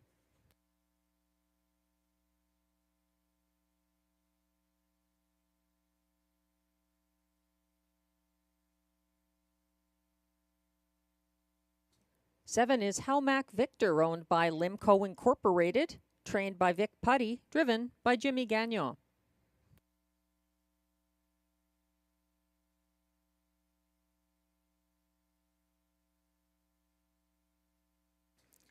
And completing this field is the 3, Conquest Sealster, owned by Kathleen Pelletier, trained and driven by Guy Gagnon. That's your field for race 4. Exactor, Triactor, Superfecta, and Middle pick 4 wagering this race.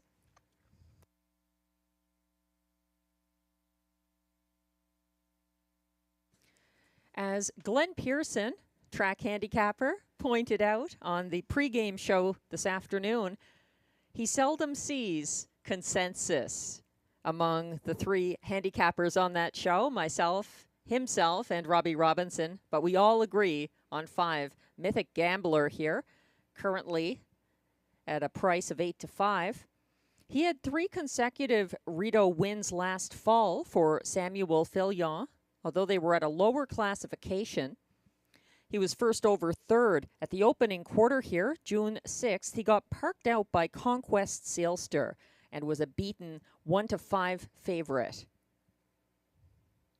Mythic Gambler, the top choice here so far.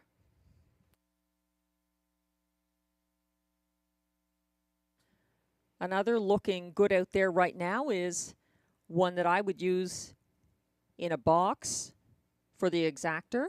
4, All-Star Cheddar. He equaled his 154-3 lifetime mark Sunday in his win. He had a pocket ride following Red Cape Party to 3/4 and a huge late move up the inside path. I've got my middle pick 4 ticket posted, 20-cent combination costing $12.80. And as mentioned, I'm torn between 5 Mythic Gambler and 4 All-Star Cheddar here in race 5. That one looks easy, but Carson's Star Choice from post 5, I think, is going to have his hands full with the one, Monty's Gone Marble. He's back from the post of his lifetime best win at this track. Also the 4, needing a look there. And the 8, Skylar. In race 6, I'm going just too deep that race to be a little frugal with that ticket. Sunny Bow and Press Time. And then in race 7, that's probably the toughest of the card. I've got Blue Moose. Party Vibes is scratched, reducing the cost of this ticket. Greystone Watchman. And the 6, Dylan's Bank. If you'd like to play that pick 4 or anything else kicking off here in race 4, the starter has called the field. This is your last chance to wager on race 4.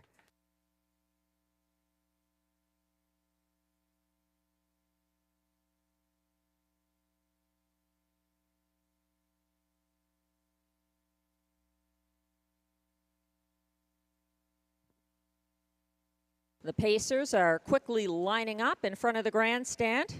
1 is Irresistible, Ryan Guy. 2, La Barbe, Justin Filion. 3, Conquest Sealster, Guy Gagnon.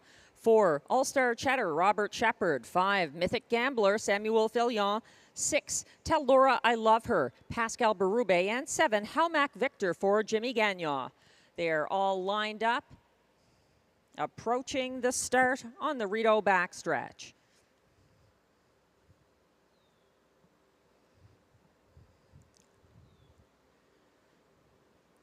They're off and pacing, taking back early. Tell Laura I Love Her, and splitting horses to grab the early lead is La Barbe to his outside, and coming on early, All-Star Cheddar for Robert Shepard. He's surging around La Barbe to grab early command. Then back in 3rd is Conquest Sealster. Following from 4th is the favorite Mythic Gambler. And then further back, it's Halmac Victor and Tell Laura I I Love Her after some sort of a miscue there. Irresistible is gapping by a wide margin at the back of this field. 27-3 opening panel. All-Star Cheddar looking like a star on the front end, keeping ahead of LaBarbe. It's 2 back to 3rd, where you'll find Conquest Sealster, followed in 4th by the favorite Mythic Gambler. And now some action coming from Mythic Gambler, who steps out from 4th following that cover. Second over is Tell Laura I Love Her, pinned along the cones. Halmac Victor at the back of that bunch, and trying to catch up from a difficult place is Irresistible.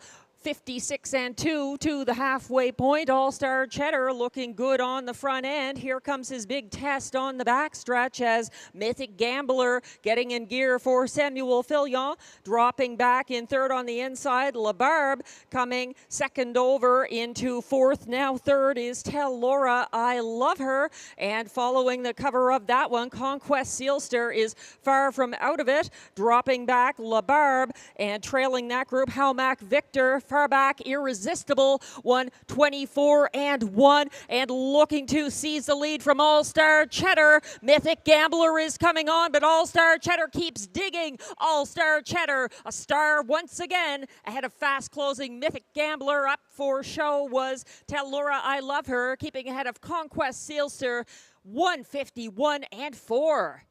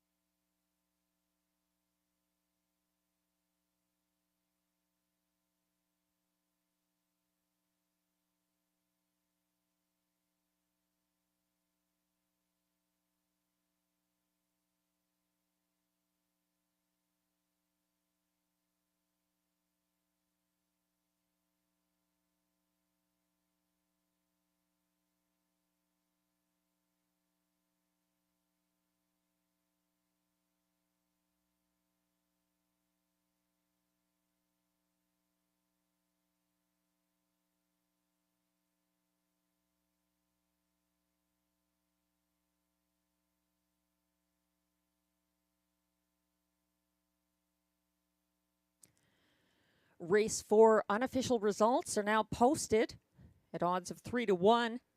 Number 4, All-Star Cheddar, the unofficial winner for Robert Shepard.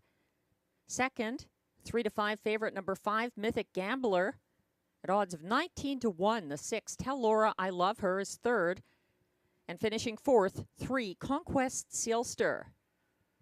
Hold all tickets.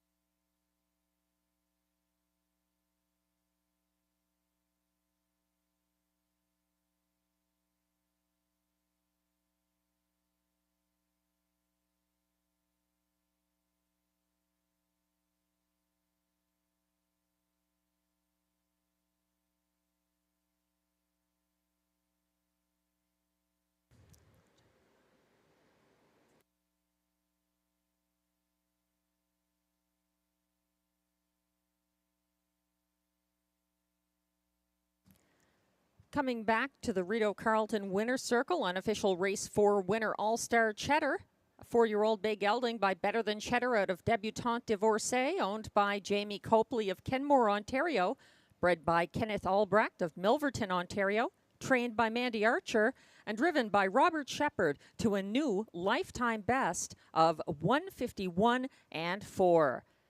Congratulations to All-Star Cheddar and his connections.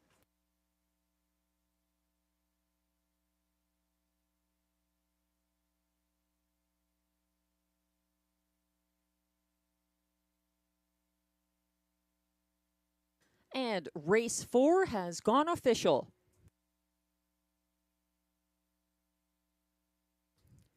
For All-Star Cheddar returns $8.10 to win. The The $2 exactor 4-5 combination pays $20.80. The $1 try 4-5-6 returns $70.10. And the $1 superfecta 4-5-6-3 pays $426.25.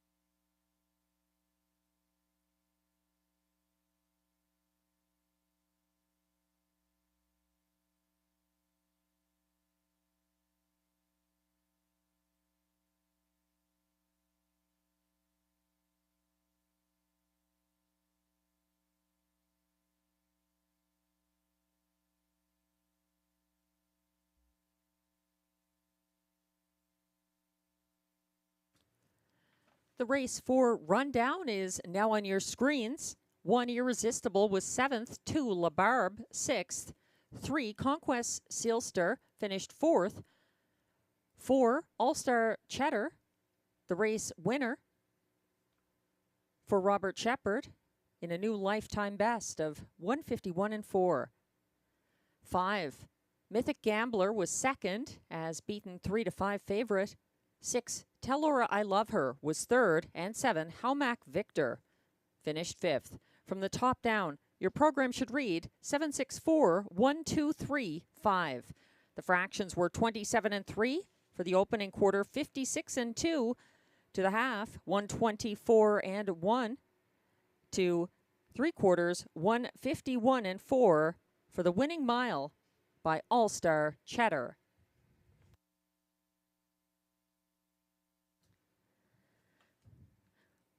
Get ready. Race 6 is coming. The Super High Five already had a carryover, and now it's a guaranteed pool of $7,500. That's coming up in Race 6 on today's card. There is one scratch in that field, the 3, Warren Munn, a weather scratch, leaving you with a field of 7 to map out your High Five ticket in Race 6.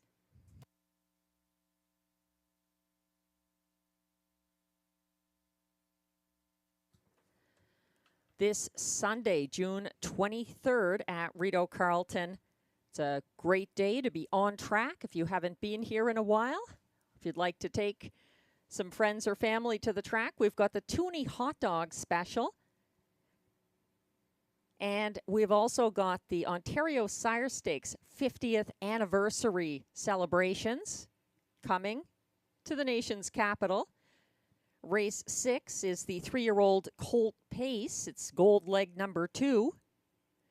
And then race 8 is the Ontario Sire Stakes gold leg number 2 for the 3-year-old filly Pacers. We have a field of 9 for the male Pacers and 8 for the fillies. It's going to be a day with lots of swag giveaways, OSS 50th anniversary celebration, birthday cake, and the Toonie hot dogs. Join us on Sunday.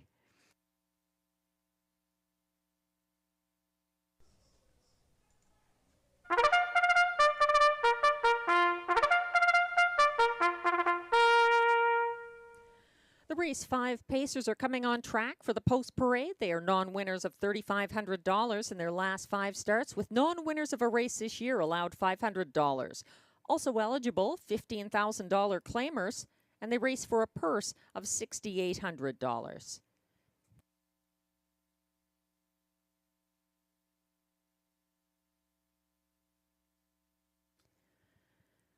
One is Monty's Gone Marble, owned by Jeff and April Murphy, trained by John McMillan, driven by Stéphane Brosseau.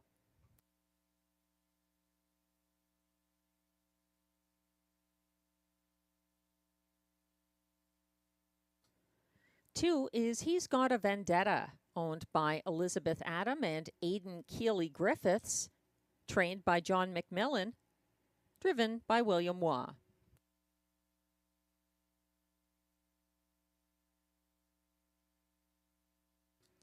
Three is I'm a Dude, owned by a numbered Quebec corporation, trained and driven by Stéphane Pouliot.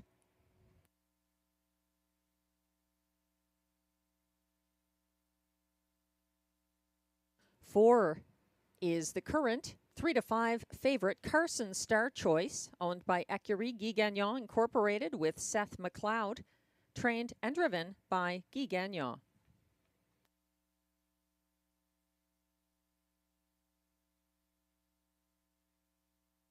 5 is No Time at All, owned by Jean Allaire with Gina Bragagnolo and trainer Yves Tessier.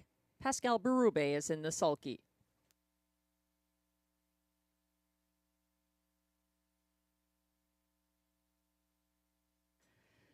Six is Indigo Sealster, owned by Johan Sanssouci with Sophie Messier, trained by Eric Milo, driven by Marie-Claude Auger.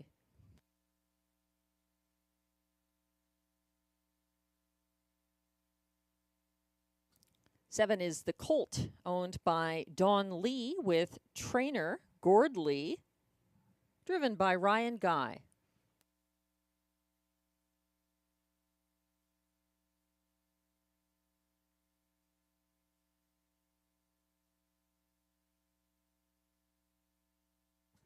Skyler has post 8 for owner Limco Incorporated. He's trained by Vic Putty, driven by Jimmy Gagnon.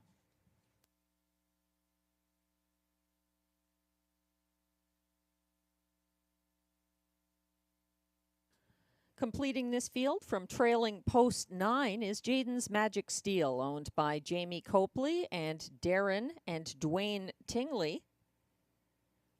Trained by Mandy Archer, driven by Robert Shepard. That's your race 5 field. No changes. Exactor, Triactor, Superfecta, and Pick 3 wagering here.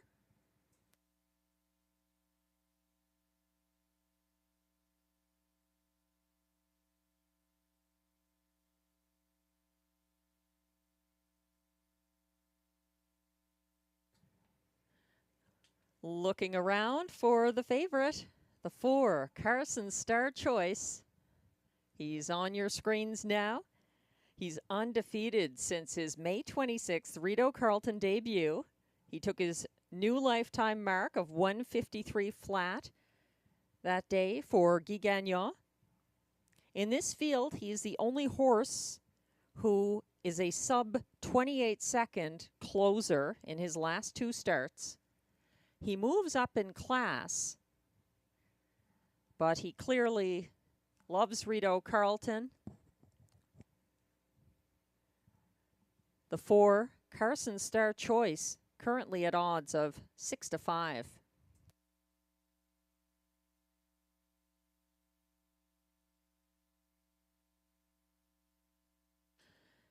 The next closest horse from a wagering perspective is the 5. Carson Star Choice's neighbor, No Time at All, making his second start since a claim into the Yves Tessier barn. He's a strong closer, took his 152-2 lifetime mark at Rideau Carleton for his previous connections on October 16th, 2022. This is No Time at All's first race since May 30th, however. He's 5-2 at the moment.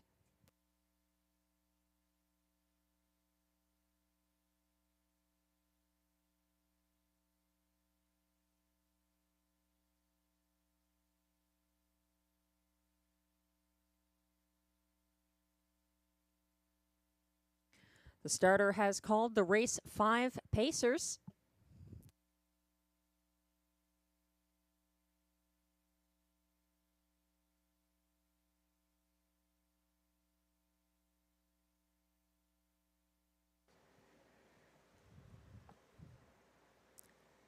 Last chance to play race 5, kicking off another pick 3 here at Rideau Carleton.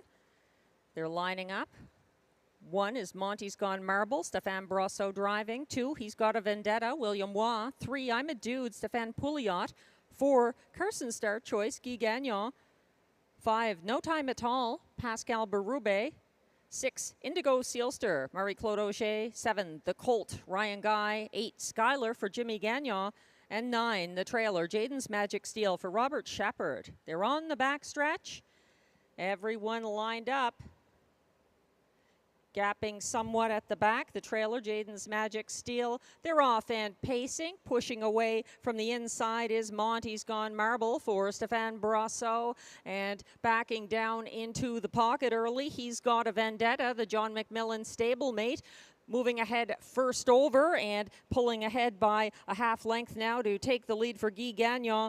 Carson Star Choice keeping ahead of Monty's Gone Marble and He's Got a Vendetta. Following from 4th is I'm a Dude. 28 flat opening panel for the 1-5 favorite Carson Star Choice going on the front end for Guy Gagnon, followed by Monty's Gone Marble sitting the pocket. Then it's back to He's Got a Vendetta. I'm a Dude is 4th, advancing now into 5th from first over is Jaden's Magic Steel. Following him on the outside is No Time at All as they circle that second turn. Approaching the half, Carson Star Choice unchallenged in a 57-1 halfway clocking. Monty's Gone Marble is breathing down his neck, gapping in 3rd and now dropping to 4th on the inside. He's Got a Vendetta. Here comes the first over challenge of Jaden's Magic Steel, who's first over 3rd on the outside. Here comes a big 3-wide move. He's out there now in 6th. Skylar is coming on between horses. No Time at All is second over in 4th. Shuffled back on the inside. He's Got a Vendetta. Back in the field, Indigo Sealster needs racing room. Buried is I'm a Dude, and coming on from last now, the Colt trying to get a piece of it. 126 flat to 3/4. Carson Star Choice, what a star. He leads by 3. He's going to win going away for Guy Gagnon. That's star power for Carson Star Choice, who keeps ahead of Monty's Gone Marble and No Time at All in a battle for place. 153-2.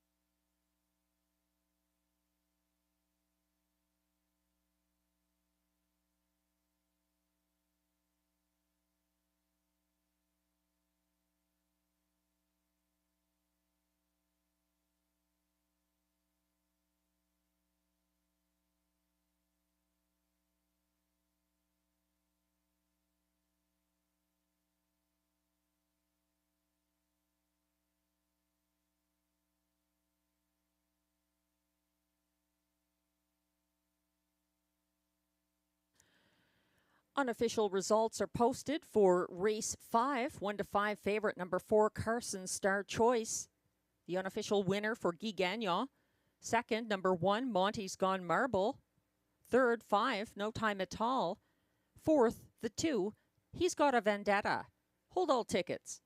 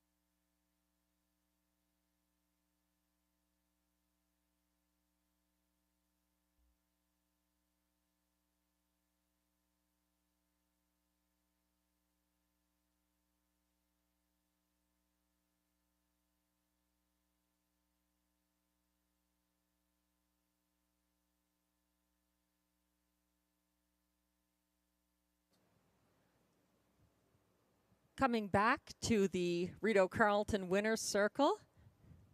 He's undefeated this year at this track. It's the familiar face of official race 5 winner, number 4, Carson Star Choice. He's a 5-year-old big gelding by Better Than Cheddar out of Carson's Lady Luck, owned by Écurie Guy Gagnon Incorporated with Seth McLeod of Gatineau, Quebec. Bred by David Carson of Listowel, Ontario. Trained and driven by Guy Gagnon, his second win of the day.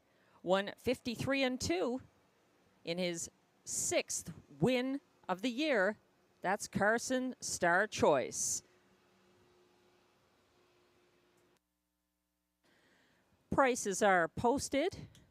For Carson Star Choice returns $2.70 to win. The $2 exactor 4-1 pays $9.10.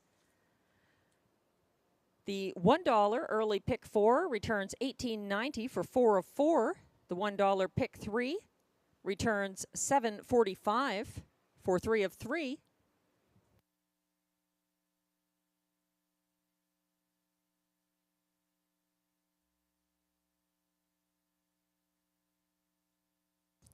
$1 triactor this race. The 4-1-5 ticket pays $20.65, and the $1 super, the 4-1-5-2 ticket, we'll get back to that.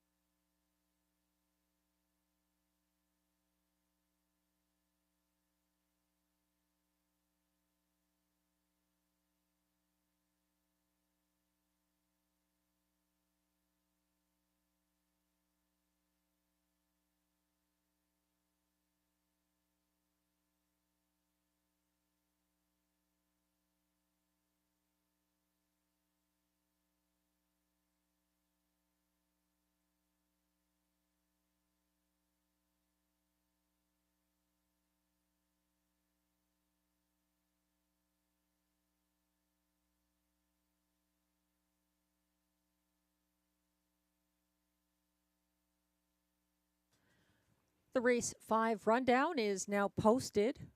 1, Monty's Gone Marble was second. 2, He's Got a Vendetta was fourth. 3, I'm a Dude, sixth. 1 to 5 favorite number 4, Carson Star Choice, the winner for Guy Gagnon. 5, No Time at All was third. 6, Indigo Sealster, seventh. 7, The Colt was ninth. 8, Skylar was eighth. And 9, Jaden's Magic Steel was fifth. From the top down, your program should read 246 137 985. The fractions were 28 seconds to the opening quarter, 57 and 1 at the half, 126 at 3/4, 153 and 2, the winning mile for Carson Star Choice and Guy Gagnon.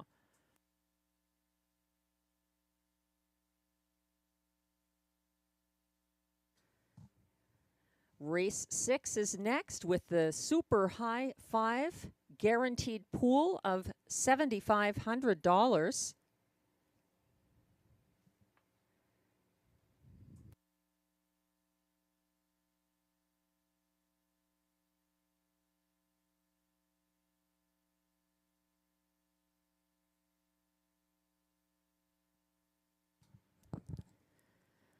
Be sure to join us on track if you can here at Rideau Carleton Raceway this Sunday, June 23rd, 6:30 p.m. post time.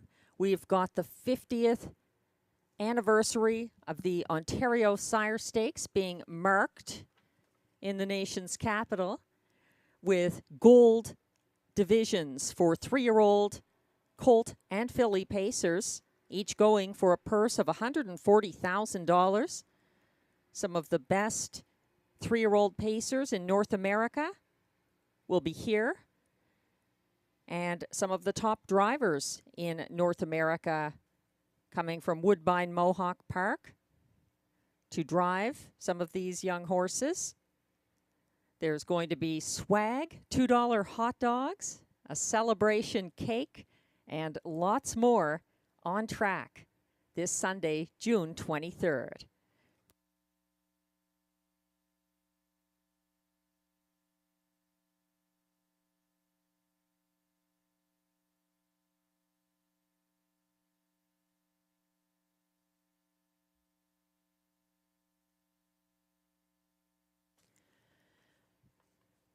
Take note in this field for race 6, which offers the high 5, the only high 5 of the night. There are now 2 scratches.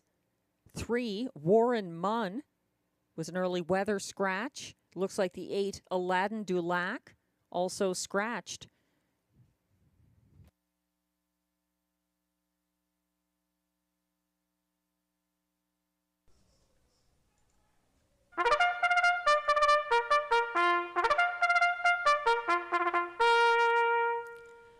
Post parade is coming out. These Pacers are $8,500 claimers, racing for a purse of $5,200.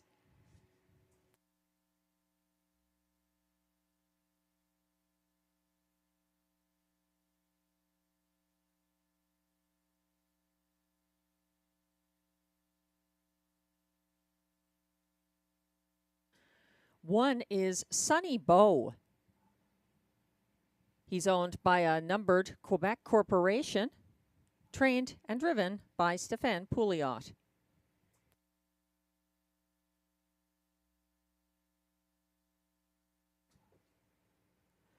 Two is Rockin' My Dream, owned by Kristen Trudeau, trained by Stéphane Meyer, driven by Mike Healy.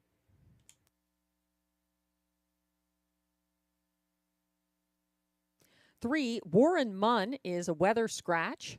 4 is current 4 to 5 favorite, Press Time, owned by Jamie Copley, trained by Mandy Archer, and driven by Guy Gagnon.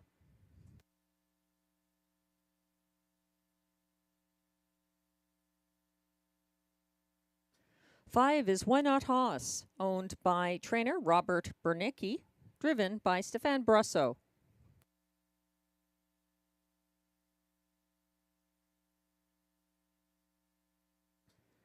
6 is Tahuya Brew, owned by Limco Incorporated, trained by Vic Putty, driven by Jimmy Gagnon.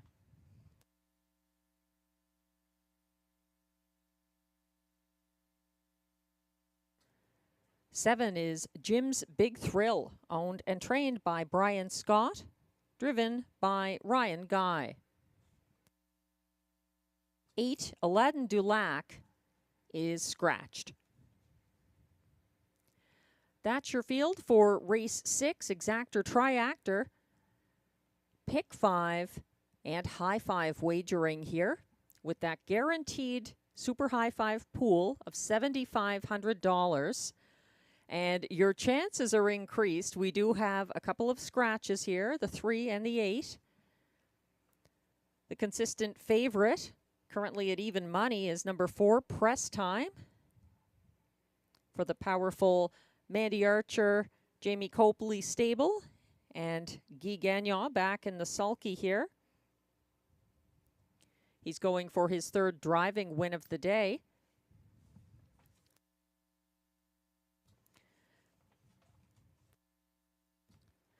Press Time is actually making his 2nd start for Mandy Archer. Get some class relief. He was parked on the 1st turn last Thursday chasing Dillon's Bank. He backed down to near last and closed widest of all. He adds Guy Gagnon here for a strong chance from post 4. That's Press Time.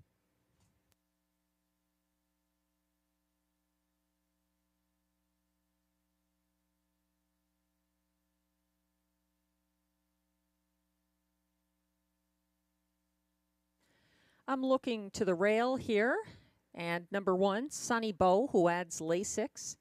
He and Stefan Pouliot wired from the Rideau rail at a higher claiming tag on April 28th. He gets both post and class relief. He was 2nd over from last along the backstretch here on June 9th behind tiring cover of Saskabush Steve.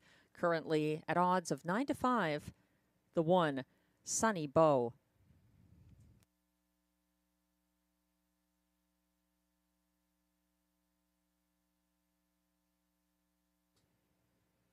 There's only one super high 5 on today's card. Race 10 is offering a superfecta due to field size. Here, your chances are very good. We do have 2 scratches and the guaranteed pool of $7,500 for the high 5.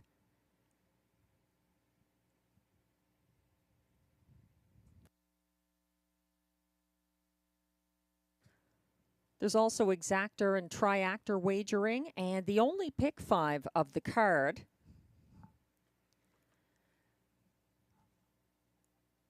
as the starter is getting ready to call this field. This is your last chance. Don't get shut out on this chance to play the high 5 for that guaranteed pool. There was already a carryover. Now it's even better. Also, your only shot to get into the high 5 and pick 5 here today, so make it count in race 6. They'll be lining up in a moment. The starter has called the race 6 field.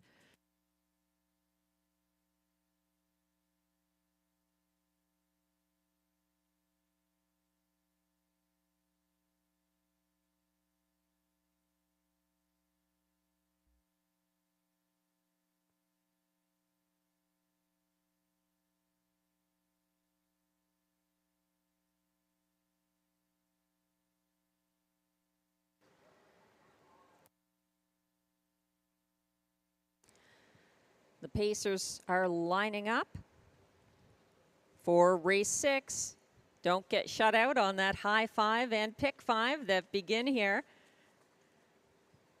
From the inside out to the 1, Sonny Bow, Stefan Pouliot. 2, Rockin' My Dream, Mike Healy. 3 is scratched. 4 is Press Time for Guy Gagnon. 5, Why Not Hoss, Stefan Brasso. 6, Tahuya Brew, Jimmy Gagnon. 7, Jim's Big Thrill for Ryan Guy. And the 8 is scratched.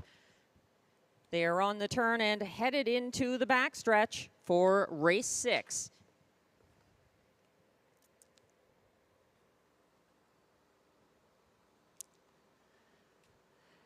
And they're off and pacing and sprinting from the inside. Rockin' My Dream and Mike Healy.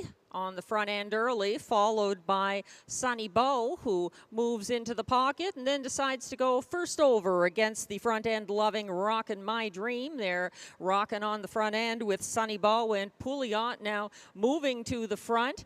Moving up into third is Press Time, who's single file to the opening quarter of 27 and 3. Sunny Bow opens up by 2 over Rockin' My Dream. Then back in third, Press Time, biding his time. He's followed by Why Not Hoss.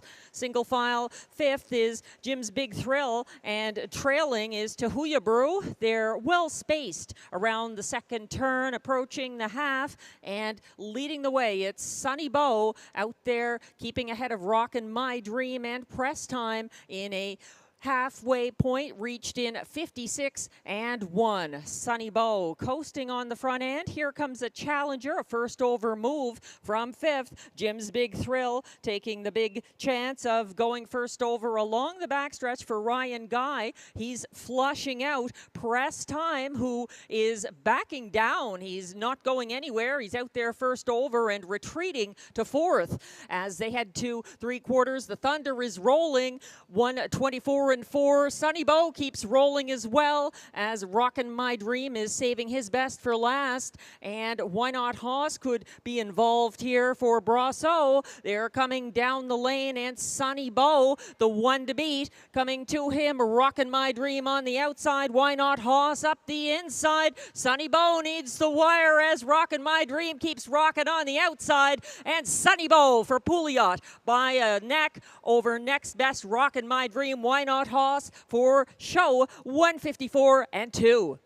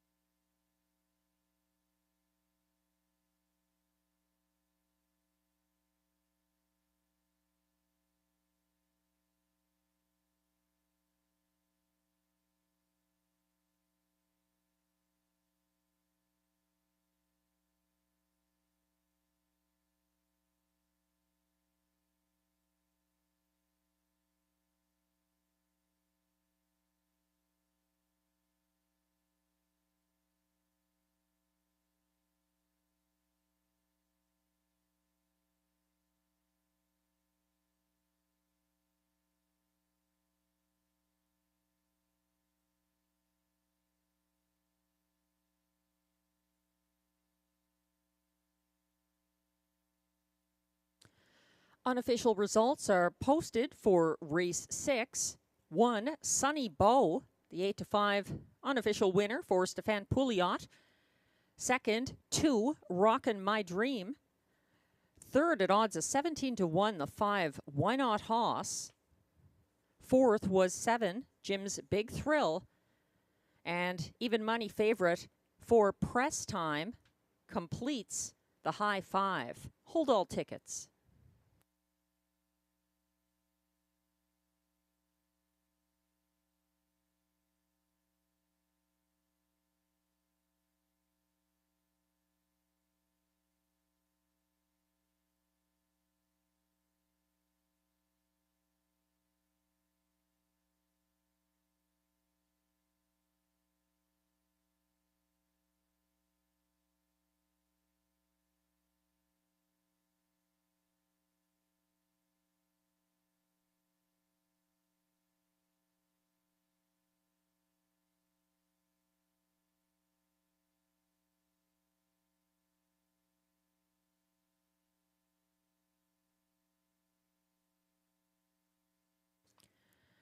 Returning to the Rideau Carleton Winners Enclosure, unofficial race 6 winner, number 1, Sunny Bow.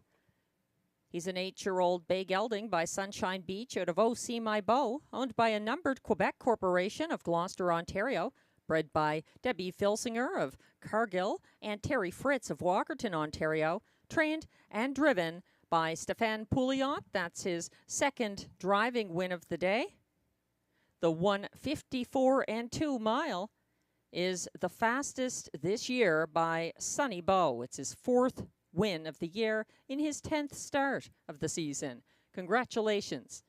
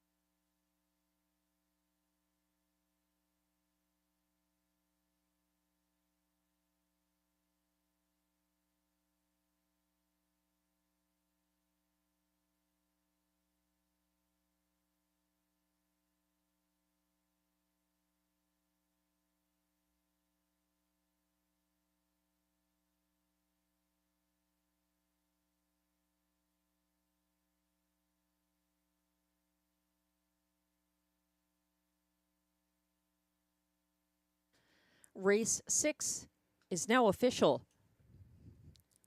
Sonny Bow, the 1, returns $5.20 for the win. The $2 exactor 1-2 combination pays $15.70. The $1 try 125 returns $47.20.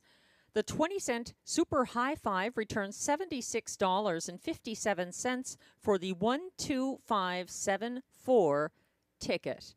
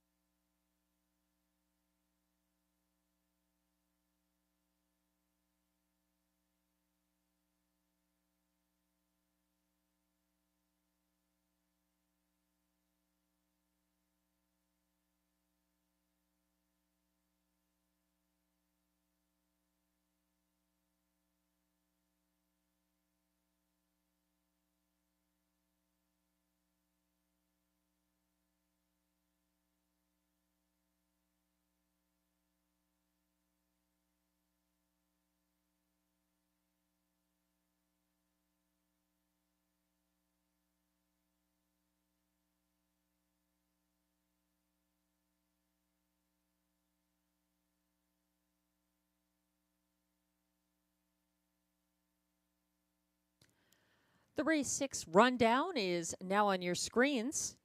1, Sonny Bow, the race winner for Stefan Pouliot. 2, Rockin' My Dream was second. 3, Warren Munn was scratched.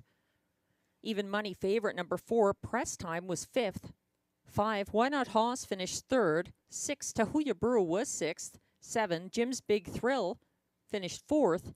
And 8, Aladdin Dulac was scratched.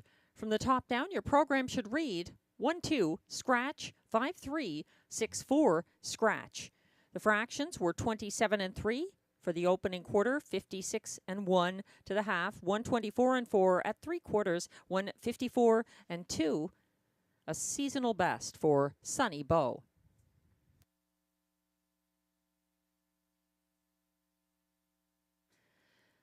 Race 7 is coming up next, Exactor, Triactor, Superfecta, and the final pick 4 of the card.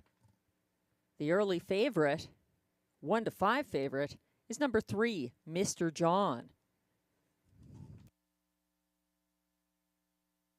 Note the 8 Party Vibes is a weather scratch in the upcoming 7th.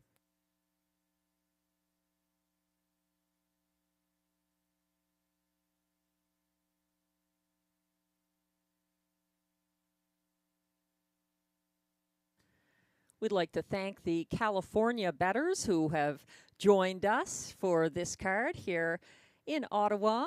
It's great to have you on board, and the off-track players across the continent where Rideau Carleton is featured. Also those of you playing online. Thanks very much for being supporters and patrons of Rideau Carleton Raceway.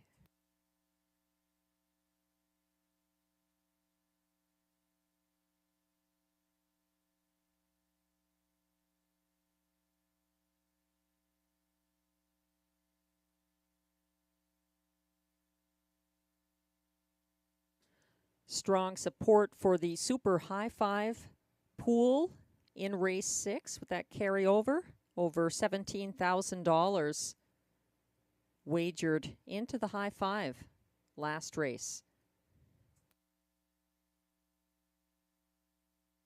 Did you know there are over 80 horses that are cared for and trained here at the Rideau Carleton backstretch?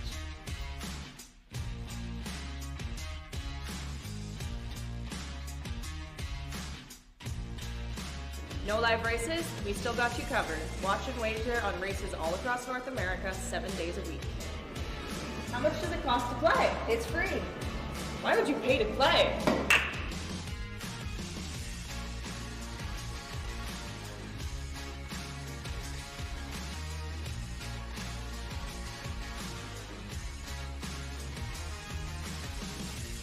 Enjoy all your favorite comfort foods without missing a race. Open 7 days a week. Horse racing at Rideau Carleton.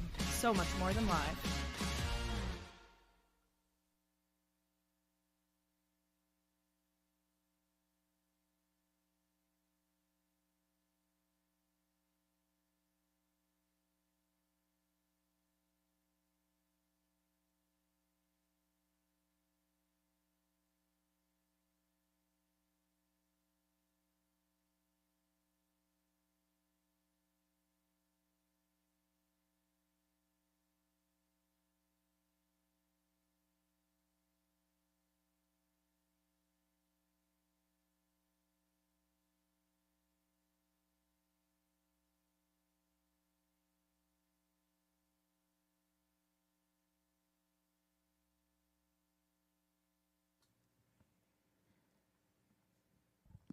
As we await the post parade for race 7, it's a good time to mention again that this Sunday, June 23rd, is a special one here at Rideau Carleton Raceway.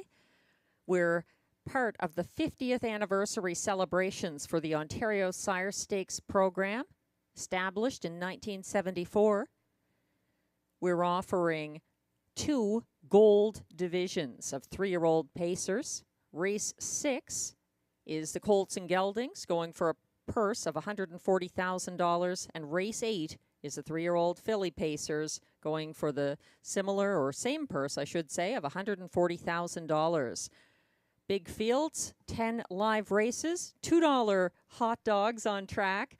There's going to be cake, swag, lots of celebration activities here on Sunday, June 23rd, with post time at 6:30. Join us.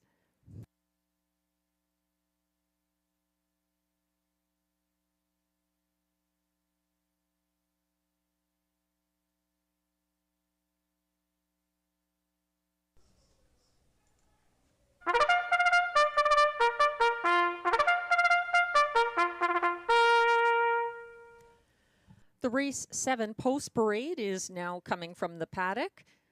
These pacers are non-winners of $900 per start, and their last 10 starts with non-winners of a race this year allowed $120. They race for a purse of $7,000.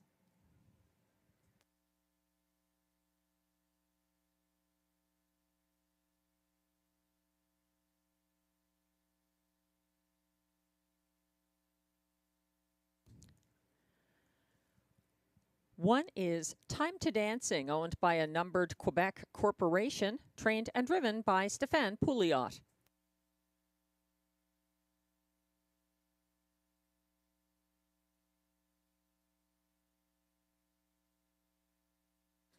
Two is Greystone Watchman, owned by Nicolas Soucy with Danny Nadeau, trained by Eric Milot, driven by Pascal Berube.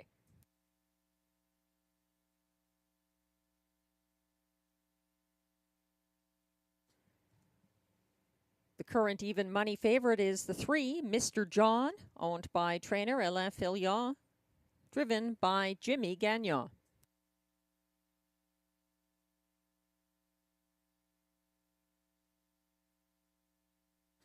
Four is Stardog, owned, trained, and driven by Ryan Guy.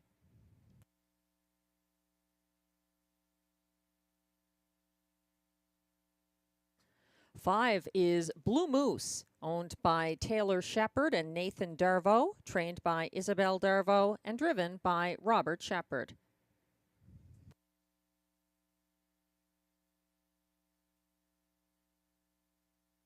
Six is Dylan's Bank, owned and trained by John McMillan, with Stéphane Brosseau doing the driving.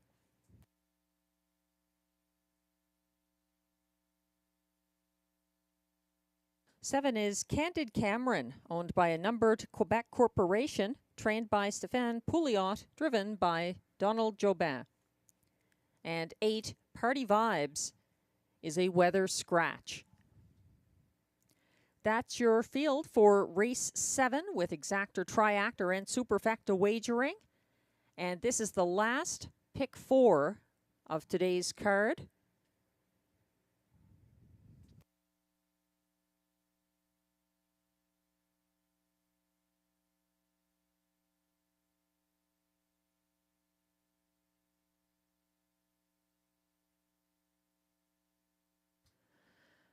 The current favorite at odds of 6 to 5 is the 2, Greystone Watchman.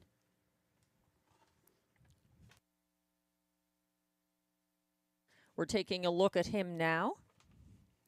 He was outsprinted off the gate last Thursday by Dylan's Bank. He pulled the pocket past the quarter and led to 3/4 before getting stung in the stretch by Flash Cube, Dylan's Bank, and Party Vibes. He was shaking his head a little in the post parade, and now he's getting a quick bridle adjustment. That's Greystone Watchman getting comfortable before he goes behind the gate for race 7.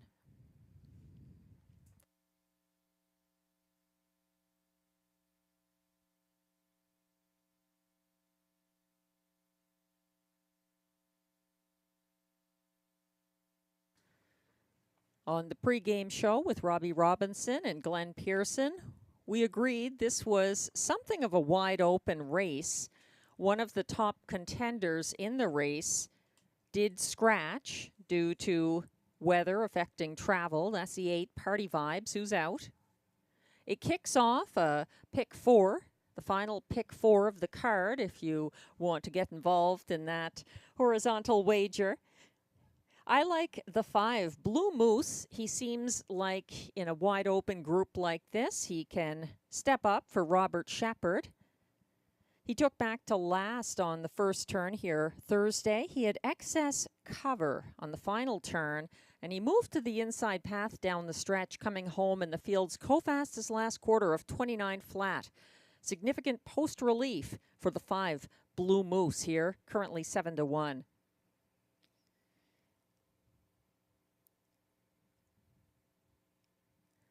That's my final pick 4 of the day, and yours too if you're playing. This is your last chance to play the pick 4, as the starter has called the field.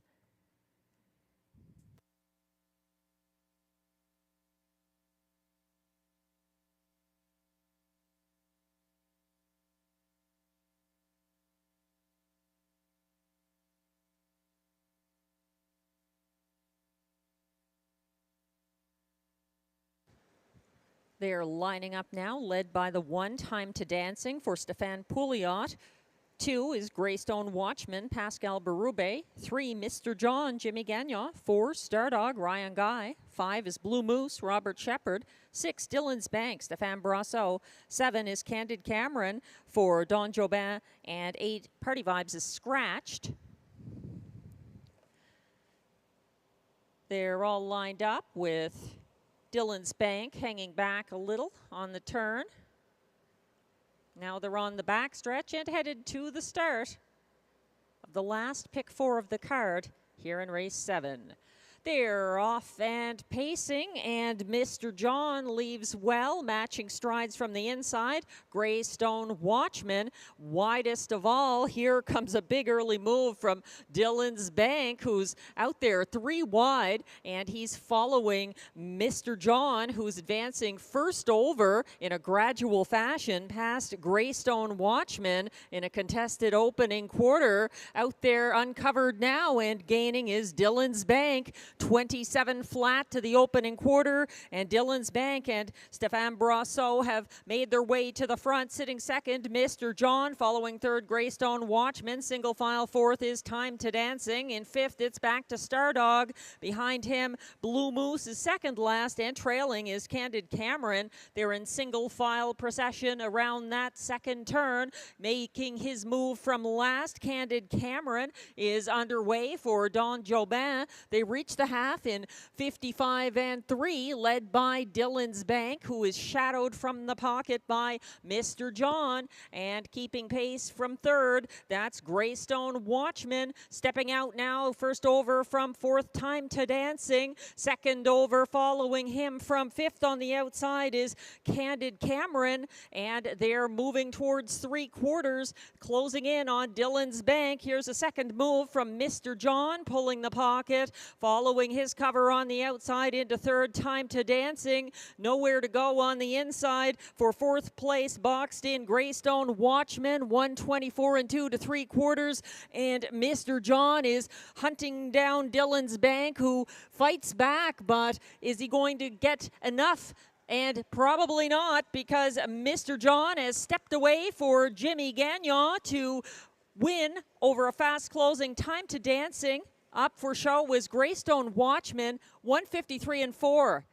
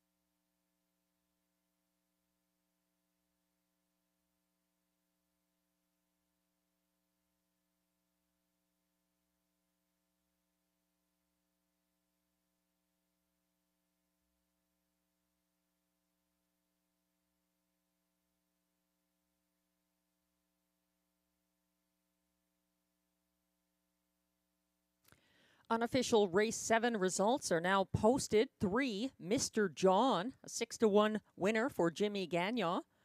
Second, 1, Time to Dancing. Third, the 3-5 favorite, number 2, Greystone Watchman. And at odds of 25 to 1, closing for fourth, the 4, Stardog. Hold all tickets.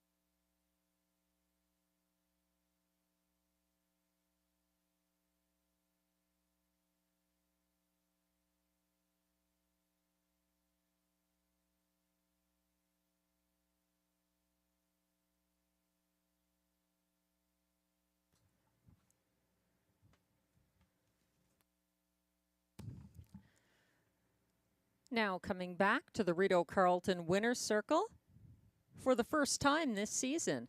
Unofficial race 7 winner, number 3, Mr. John. He's a 6-year-old brown gelding by Shadow Play out of Barks Like a Dog, owned by trainer Alain Fillon of Sherbrooke, Quebec, bred by Gregory Day of Allentown, New Jersey, driven by Jimmy Gagnon.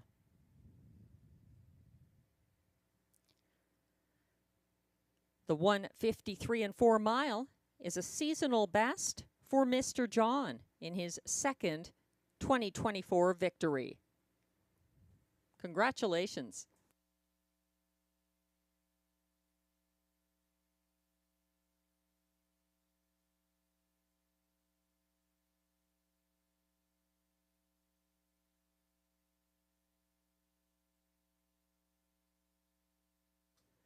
Results for race 7 are now official.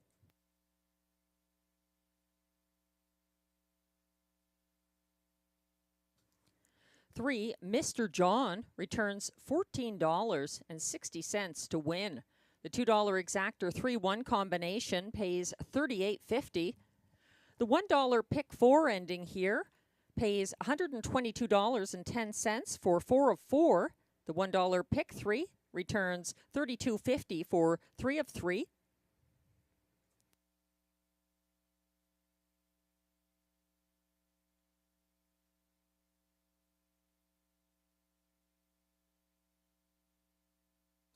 The $1 triactor pays $49.75 for the 3-1-2 ticket, and the $1 superfecta returns $189.15 for the 3-1-2-4 combination.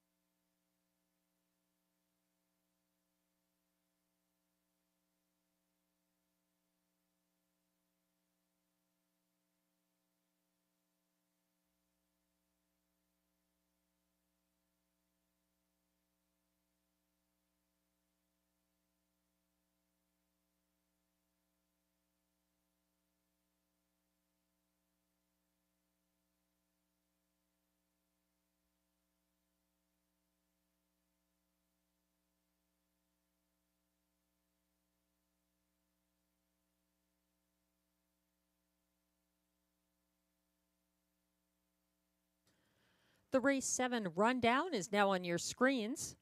1, Time to Dancing was second. 3 to 5 favorite number 2, Greystone Watchman was third.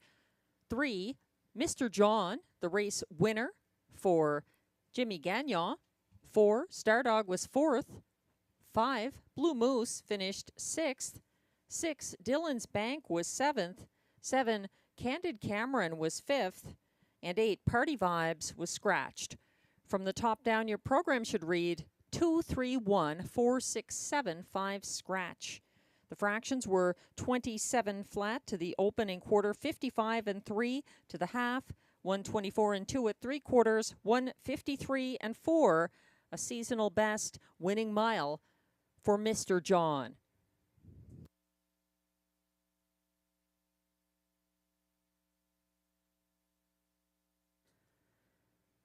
Race 8 is coming up with some of the best pacing mares anywhere. Assigned the outside 2 posts in a field of 8. It's going to be a good one. Race 8 has exacta, triactor, superfecta, and pick 3 wagering. No changes. It's coming up next.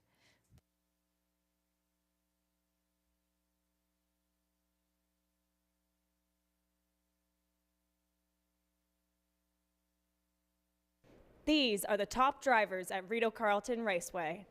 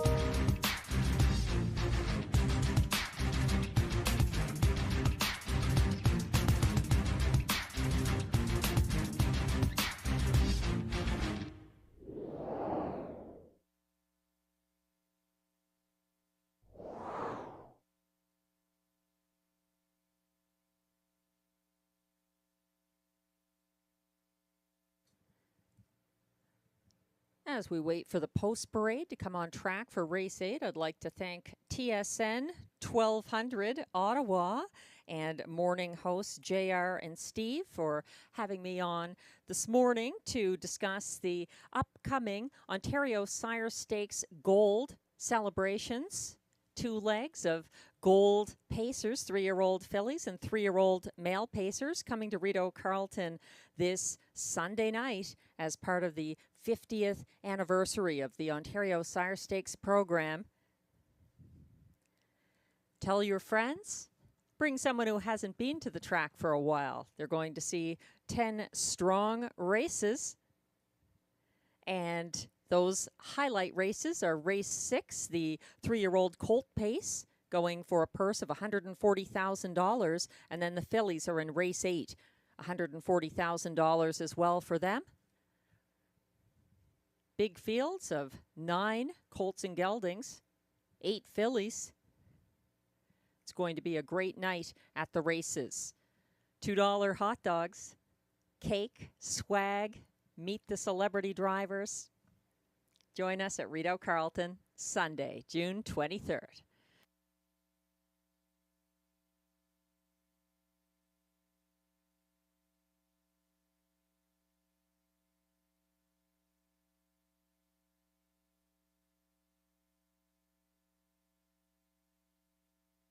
We had a super high 5 carryover, and that was a popular wager today with the guaranteed pool of $7,500.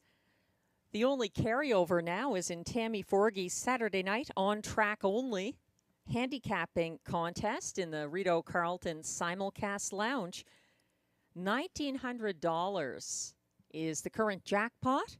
It's free to play, free to enter. You just have to be on track Saturday night at the track in the simulcast area to play that contest.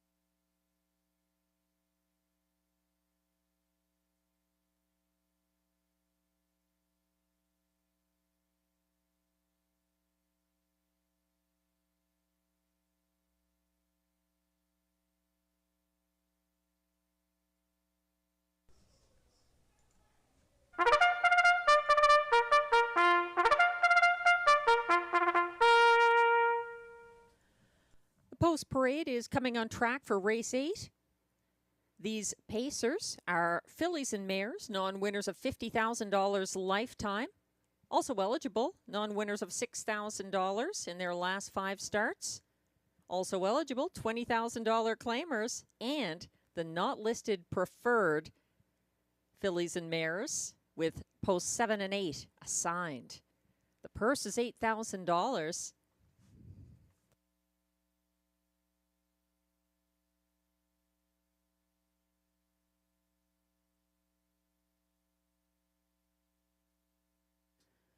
One is Butterfly Kisses, owned by Bruce Tremblay, trained by Isabelle Darvaux, driven by Robert Shepard.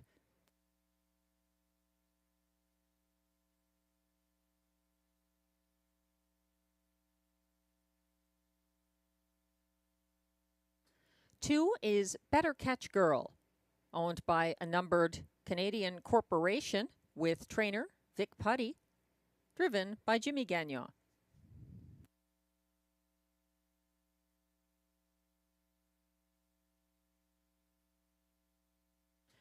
Three is The Turning Point, owned by Sylvain Cote with trainer Robert Bernicki, driven by Stéphane Brosseau.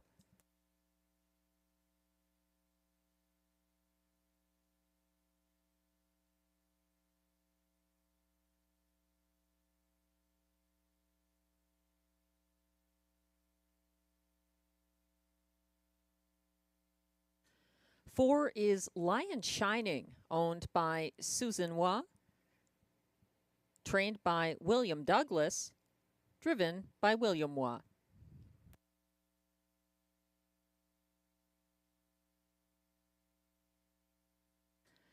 Five is D.A. Temptation, owned by Pierre-Yvan Mondoux Incorporated, trained and driven by Guy Gagnon.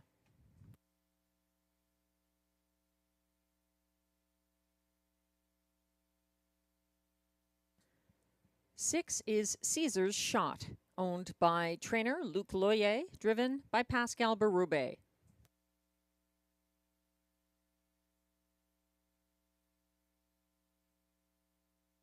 Seven is Speaker Nancy, owned by Jamie Copley with the Ottawa Bob Racing Stable, trained by Mandy Archer, driven by Ryan Guy.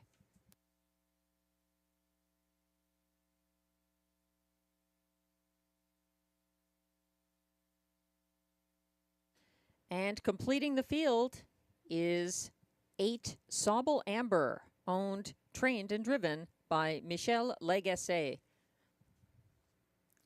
That's the race 8 field. No changes. Current even money favorite from post 5 is D.A. Temptation, who is scoring down, looking very good out there. She draws inside of her top rivals with the assigned outside posts, Sauble Amber and Speaker Nancy. D.A. Temptation was fast leaving Thursday and was circled by Speaker Nancy after leading to the opening quarter. D.A. Temptation sat the pocket behind Speaker Nancy, who won last Thursday. D.A. Temptation, a good second. She's 6-5 at the moment in a very strong field of mares. The 8 Sauble Amber took on the boys in the Rideau Preferred Handicap. She makes a quick turnaround from Sunday. She took back to second last early and got shuffled to last at the top of the stretch with a late move up the inside path. She's the top choice of both Glenn Pearson and myself. Sauble Amber from post 8. 7 is our second choice, Speaker Nancy. She had 2 moves and ended up a front-end going-away winner for Ryan Guy after a seasonal best 1:53 3 mile last Thursday. Whoever you like, this is your last chance to play them. The starter has called the mares for race 8 They're lining up behind the gate. The final pick 3 of the card begins here.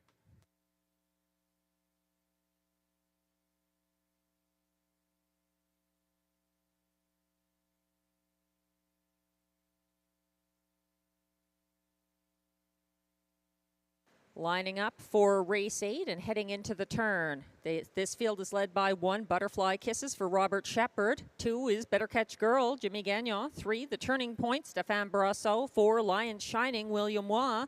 5, DA Temptation, Guy Gagnon. 6, Caesar's Shot, Pascal Berube. 7, Speaker Nancy for Ryan Guy. And 8, Sauble Amber, Michel Lagacé. They're all behind the gate on the backstretch for the start.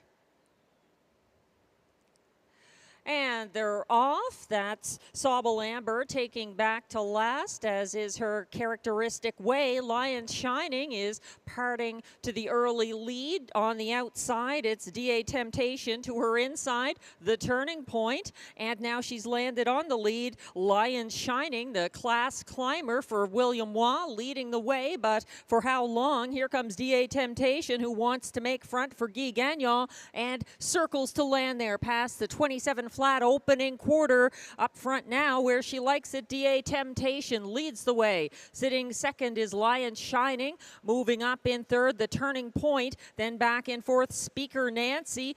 And now she tips. Speaker Nancy underway first over from fourth. She's towing a second over. Caesar's Shot up into fifth on the outside. And also following that one from the back of the field is Butterfly Kisses out there third over. Caught inside and nowhere to go. Better Catch Girl is second last, and entering the outer flow from fourth over, Sauble Amber. The half was reached in 57-1, a 30-1 second quarter. DA Temptation freewheeling on the front end. She's parking Speaker Nancy first over in second. It's a gap back to second over third, where you'll find Caesar's Shot moving up just ahead of Lion Shining, who's throwing in the towel. 125 to 3/4, and still coming. Speaker Nancy isn't done yet, chasing after DA Temptation as they circle for home.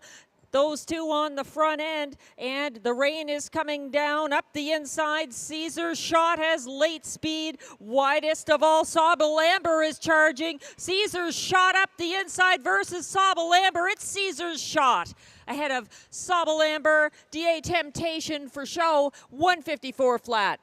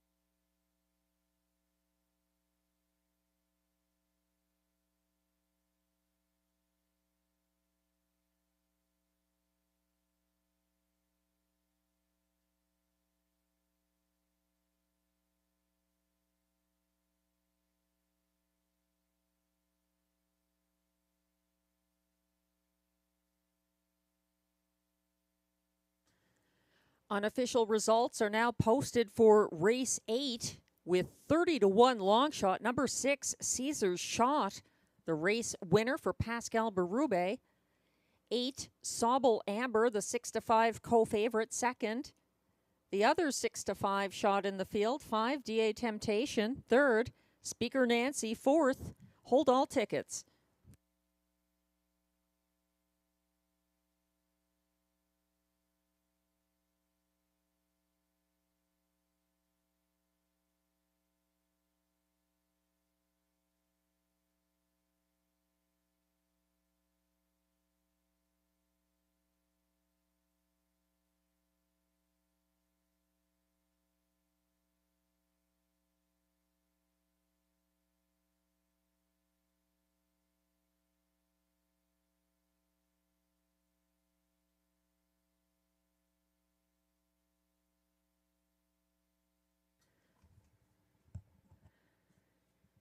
Coming back to the Rideau Carleton winner's circle and getting some pats. It's the 6, Caesar's Shot, the unofficial race winner. She's a 5-year-old bay mare by Straight Shooting out of She's a Real Caesar, owned by trainer Luc Loyer of Gatineau, Quebec, bred by John Bernard of Miami, Florida, driven to the win by the drummer Pascal Berube. 154 flat, the winning mile for Caesar's Shot. It's her 3rd win this season in her 16th start of the year and a new seasonal best.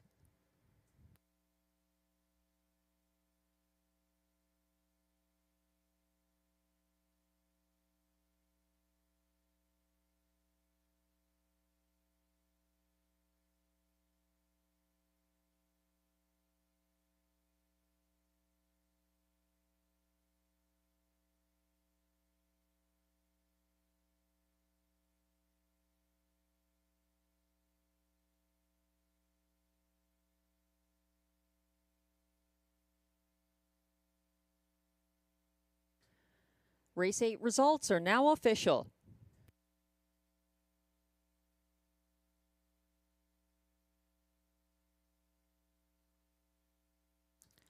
Six, Caesar's Jackpot, that is Caesar's Shot, returns $67.60 for the $2 win ticket.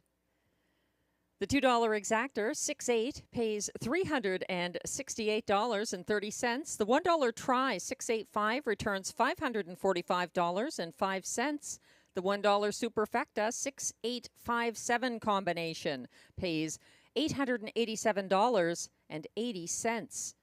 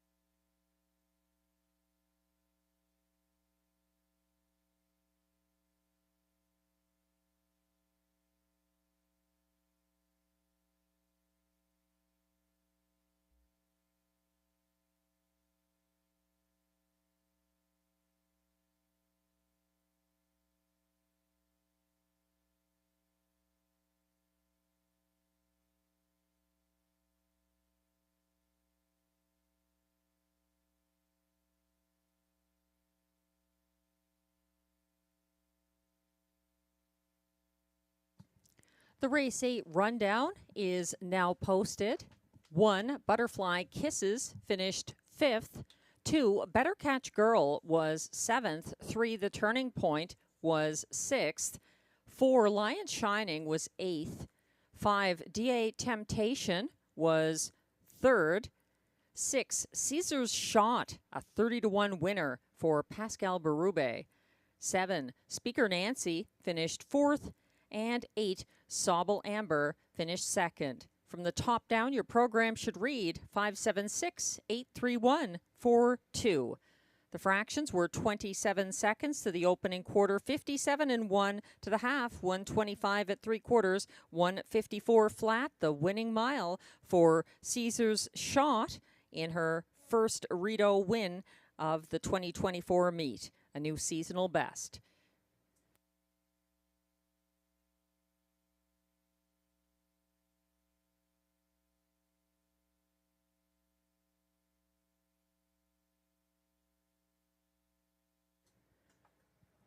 Race 9 is coming up, no changes. Exactor, triactor, and superfacta wagering. And it begins the late daily double.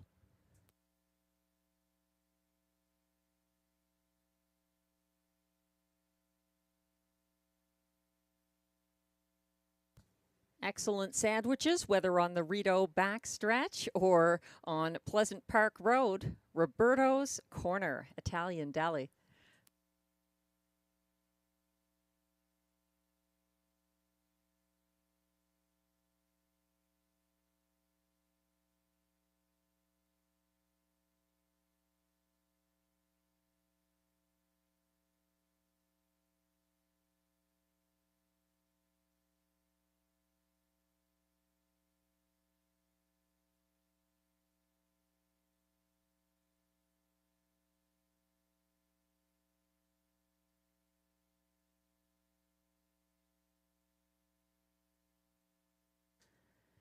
We're celebrating the Ontario Sire Stakes 50th anniversary with an impressive card of 10 races on Sunday, June 23rd, 6:30 p.m. post time, and the $2 hot dogs are part of that on-track experience.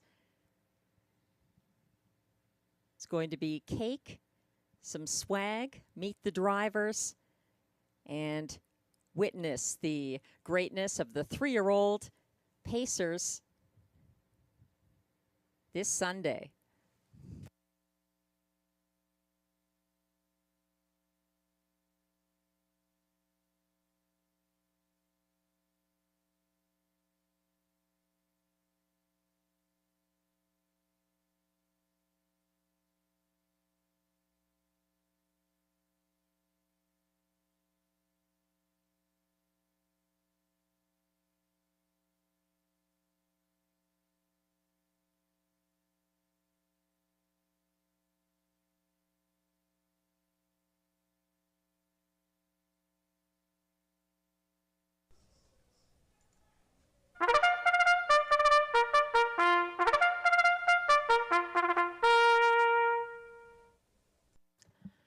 The race 9 trotters are coming on track for the post parade. They're non-winners of $40,000 lifetime with allowances. Also eligible non-winners $5,000 in their last 5 starts. Non-winners of a race in their last 3 allowed $1,500. Also eligible $25,000 claimers. They race for a purse of $7,800.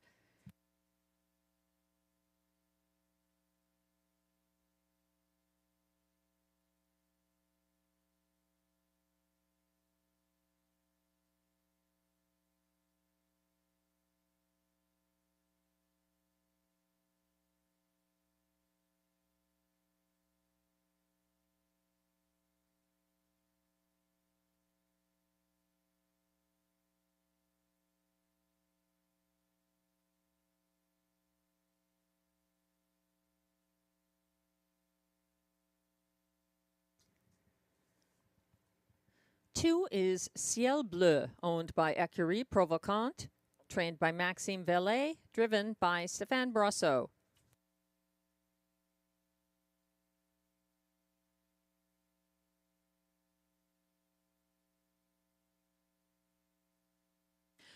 Three is Raising Rusty, owned by a numbered Quebec corporation, trained and driven by Stéphane Pouliot.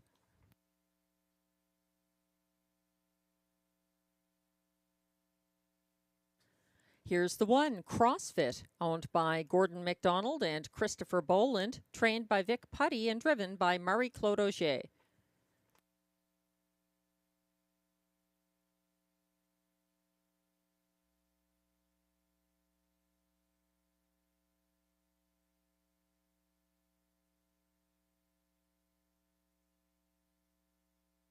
4 is Eyes of Justice, owned by Limco Incorporated, trained by Vic Putty and driven by Jimmy Gagnon.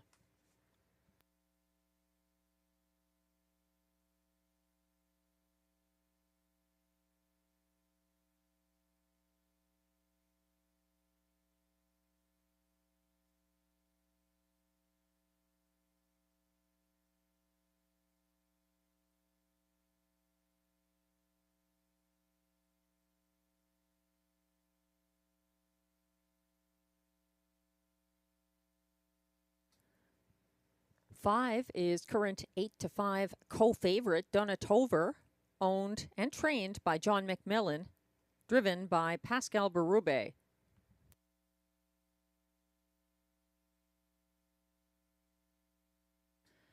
And completing the field from post 6, it's Monk, owned by Michel Letarte with Jamie and Jacob Copley and Kimberly Eaton. He's trained by Mandy Archer, driven by Guy Gagnon, and the current 8-5 co-favorite. No changes in race 9. There's exactor, triactor, and superfecta wagering. It's also the opening leg of the late daily double.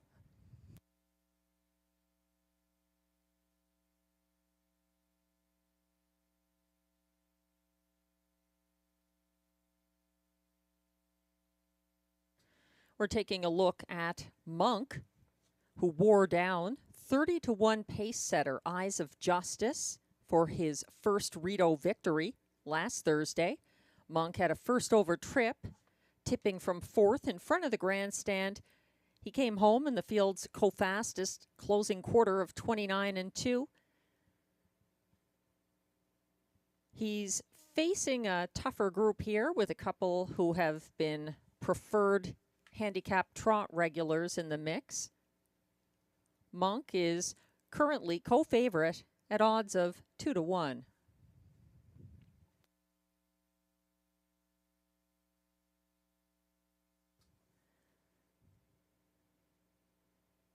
Five, Donatover is 2-1 right now. He's undefeated at this track this year below the preferred handicap level. He's my top choice. He was parked early and broke Thursday. He adds Pascal Berube for the first time since their win at this track on August 6, 2023. And he also gets class relief. Glenn Pearson is going with CrossFit from the rail, who won in his previous start from the Rideau rail below the preferred handicap classification. CrossFit, as Glenn pointed out, gets along very well with driver Marie-Claude Auger back in the sulky here. They had 3 wins together last year. The latest win for CrossFit came for driver Pascal Berube, now aboard the 5 Donatover.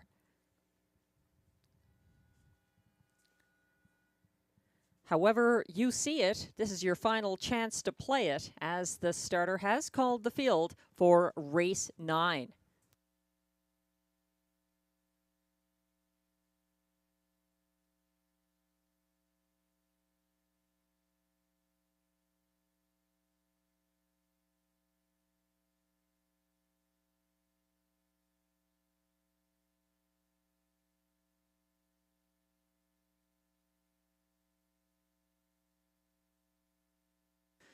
The trotters are lining up in the light rain.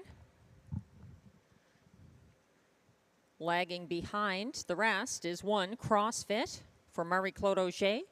2 is Ciel Bleu, also catching up to the gate. 3 is Raising Rusty, Stéphane Pouliot. 4 is Eyes of Justice, Jimmy Gagnon. 5, Donatover, Pascal Berube. And 6 is Monk for Guy Gagnon.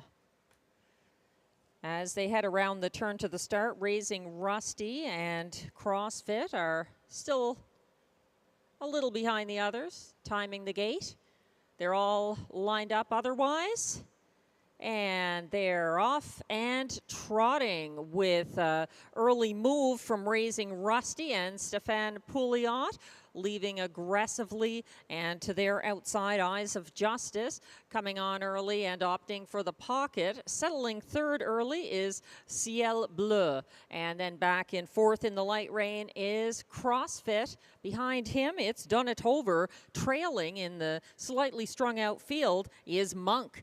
They reach the opening quarter with Raising Rusty leading the way, 28-4 first panel for him. He is shadowed by Ciel Bleu, and following from third on the inside is Ciel, that is actually Eyes of Justice in the pocket. Ciel Bleu is third. And now coming first over into fourth is Donatover.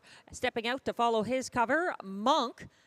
They're going around the turn, approaching the half with Raising Rusty. Unchallenged to this point, 58-4, a 30-second second quarter. Eyes of Justice still in the pocket as a first over Donatover gains ground, but seems to stall at this point, getting a little rough perhaps. Inching up the inside into third again is Ciel Bleu as Donatover backs down into fifth. Force three wide, that's Monk coming on. CrossFit has more to do. He's second last, but buried at the back of the field. 127 flat to 3/4, and they're still chasing after Raising Rusty with an uncharacteristic front end trip here. Looking good on the front end, but Eyes of Justice wearing him down. They're chasing to the wire. Here comes Monk on the far outside between horses. Eyes of Justice by about a half length over Raising Rusty, and Monk is up for show 156-3.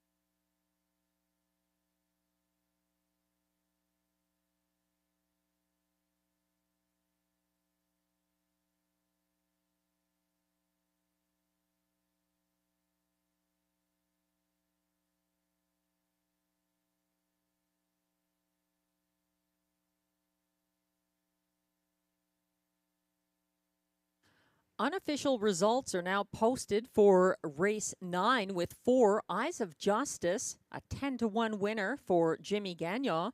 Second, 3 Raising Rusty. Third, 6 Monk. Fourth, 1 CrossFit. Hold all tickets.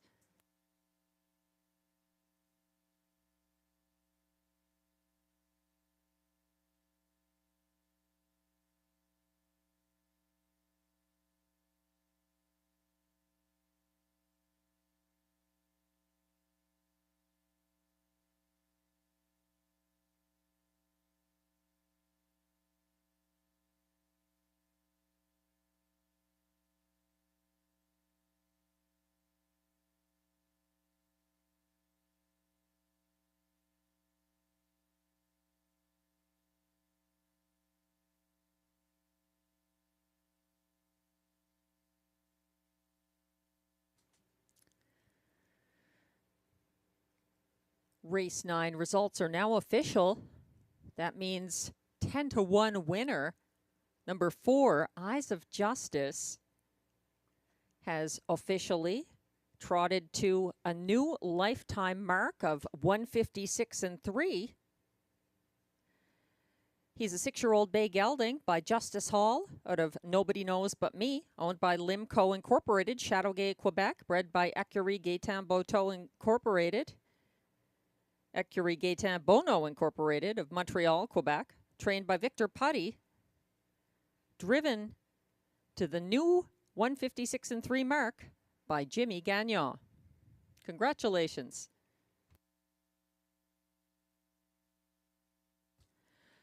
For Eyes of Justice pays $23.20 to win. The $2 4-3 exactor pays $136.50. The $1 try 436 returns $225.15.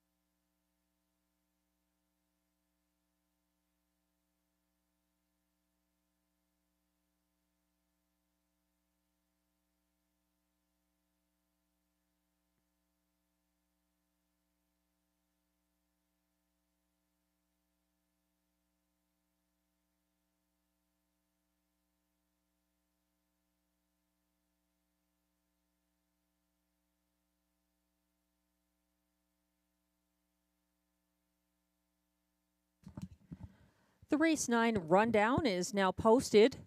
1, CrossFit was 4th. 2, Ciel Bleu was 6th. 3, Racing Rusty was 2nd. 4, Eyes of Justice, a 10-1 winner for Jimmy Gagnon. 5, Donatover finished 5th as beaten favorite. 6, Monk was 3rd. From the top down, your program should read 462-153. The fractions were 28-4, 58-4, 127 flat, 156-3, the winning mile by Eyes of Justice, a new lifetime best.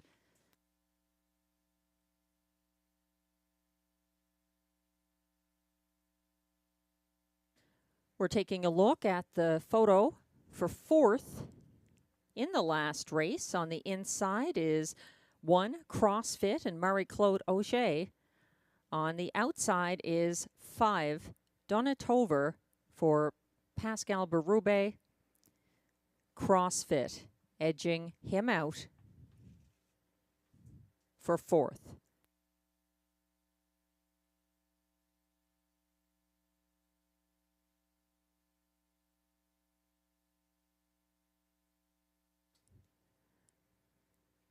Race 10 is coming up, exactor, triactor, and superfecta wagering here. There is no high five due to the field size in race 10. A note for those playing pick 3 and pick 4 tickets that are still alive. All combinations are covered in this last leg of the pick 3 and pick 4.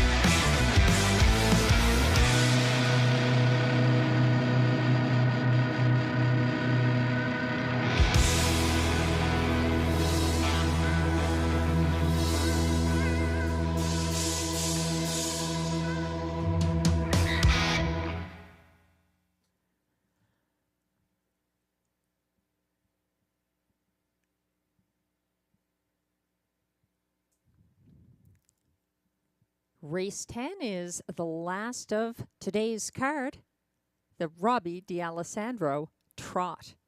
Here comes the post parade.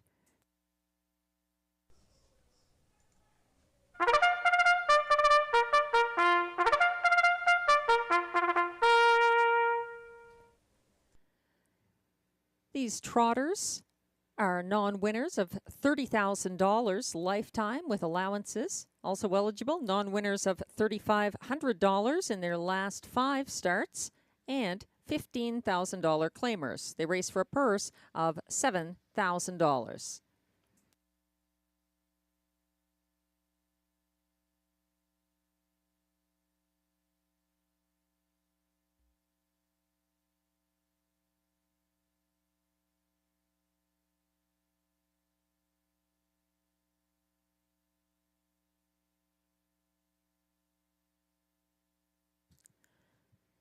One is Coltrane DeVee, owned by Julia Ferguson with Lloyd Stone, Sean Vino, and Coral Bailey, trained by Ted McDonald, driven by Pascal Berube.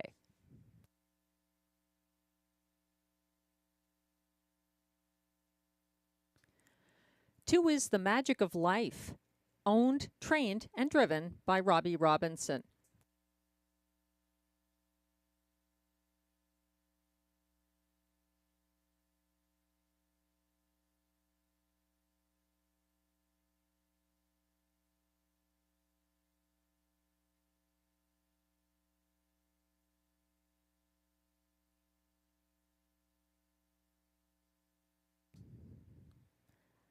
We're taking a look at the 4 now. Spicy Redhead, owned by trainer Nathalie Séguin, driven by William Waugh.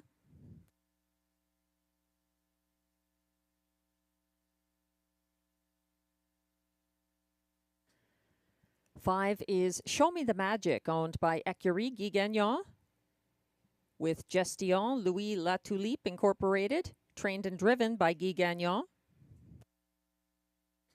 He's the current 8-5 favorite.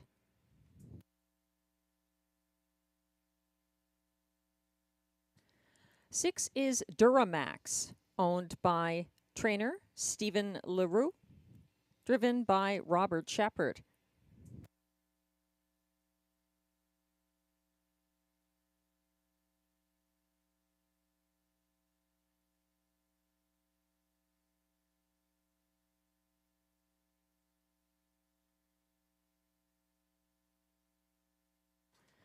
And now on track, completing this field from post 3 at Southwind Russian, owned by a numbered Quebec corporation. He's trained and driven by Stéphane Pouliot. That's your field for race 10, last of the day, no changes. Exactor, triactor, and superfecta wagering. There's no super high 5 here due to the field size. Superfecta is a good substitution if you like those vertical wagers. 5, Show Me the Magic, was the favorite. And the wagering public has now shifted their attention back to the 3, Southwind Russian.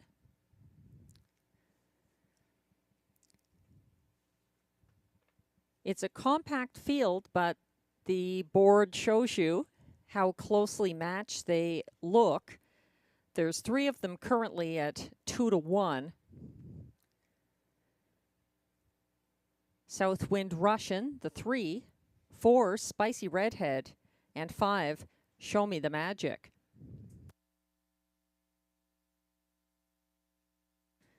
Southwind Russian is my top choice.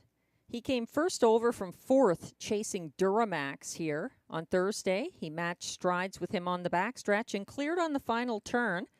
He held off a late move from Spicy Redhead, who gets post 4 here. She chased him on the second turn and again down the stretch, but she never got past his sulky wheel on the good racing surface. It's still a fast track out there now. Show Me the Magic from post 5. He's the only horse in this field to beat Southwind Russian since Southwind Russian found his winning stride on May 9th. He beat Southwind Russian June 6th after Southwind Russian got involved in an early speed duel with Illusioniste Gale here. 6-5. The 5, Show Me the Magic. The top choice in the win pool.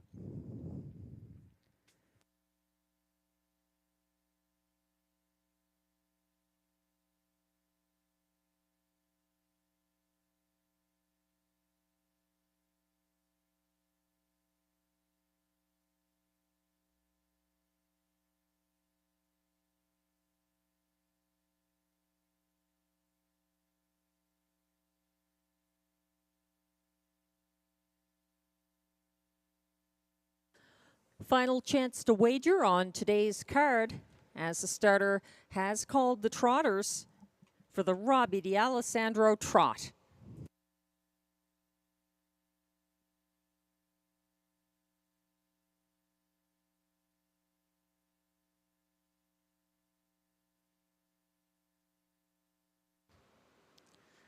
And the field is assembling behind the car, led by 1, Coltrane DeVie for Pascal Berube. 2 is The Magic of Life, Robbie Robinson. 3, Southwind Russian for Stéphane Pouliot. 4, Spicy Redhead for William Waugh. 5, Show Me the Magic, Guy Gagnon. 6, Duramax, Robert Shepard is on the outside.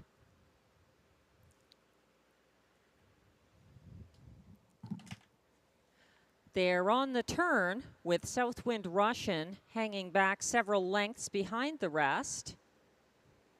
The Magic of Life falling into place with the rest. Southwind Russian is going to spot them a couple of lengths, although he's gearing up for the start.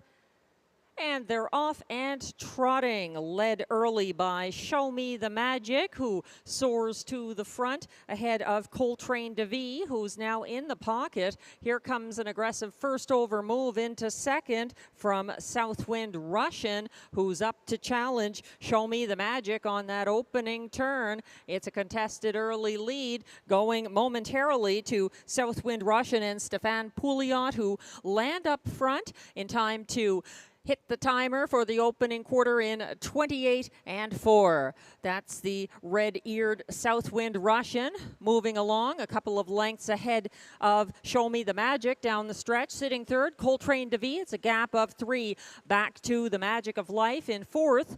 Fifth is Spicy Redhead, who looks to move first over. And trailing this field is Duramax as they round that second turn. Up front, it's Southwind Russian still there. Ahead of Pocket Sitting, Show Me the Magic, 58 and 1.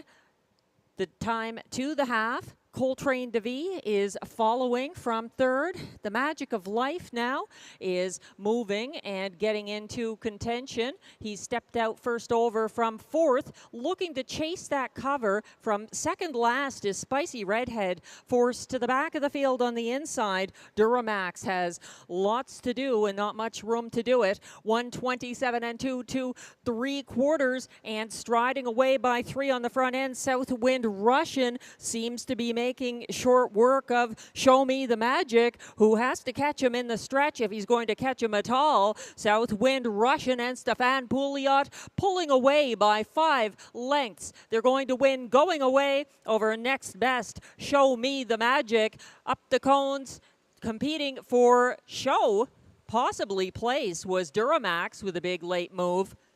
157 flat.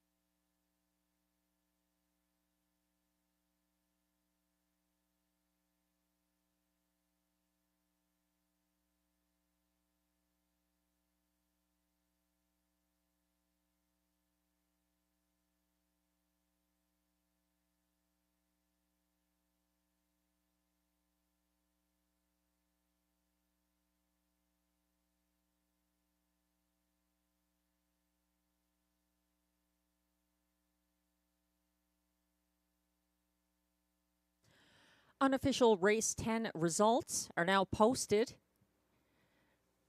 Becoming the favorite at the last flash, even money favorite. The 3, Southwind Russian, the race winner for Stefan Pouliot. Second, 5, Show Me the Magic. Third, 6, Duramax at odds of 17 to 1. And fourth was 1, Coltrane DeVee. Results remain unofficial.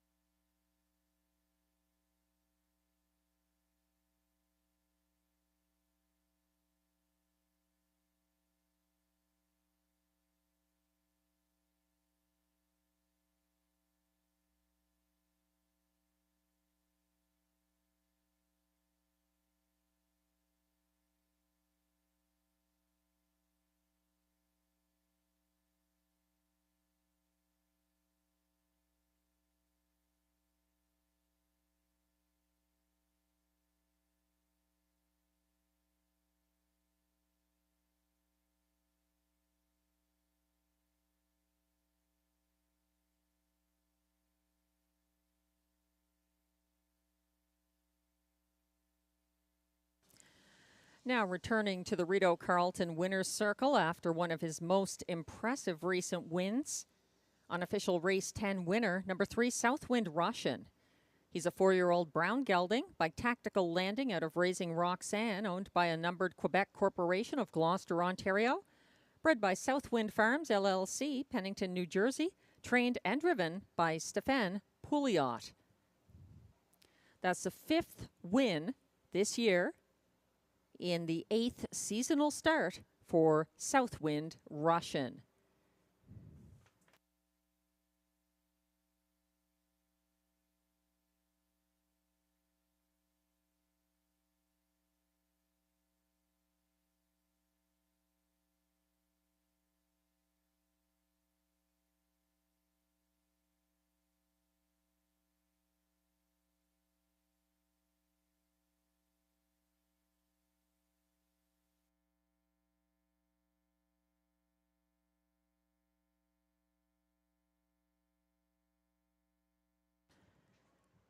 Race 10 is now official. 3, Southwind Russian returns $4.20 to win. The $2 exactor we'll get back to. The $2 late double, 4-3, pays $80.70. 20-cent pick 4, 4 of 4 returns $1,799. The $1 pick 5 has a carryover of $1,119.61. The $1 superfecta 3561 ticket pays $157.70. The $1 try 356 pays $27.95. It was $10.70 for the 3-5 exactor.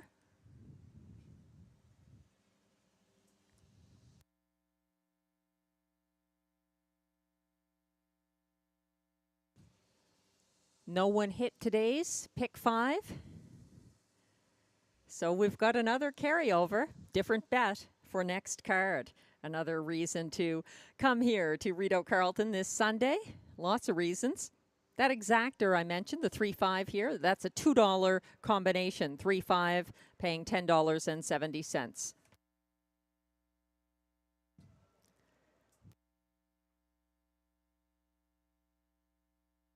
Fans on track may want to stay around. We've got a couple of qualifiers coming up. These are non-wagering races, it should be mentioned. 2 qualifiers. So the racing you see on track is for non-wagering purposes only.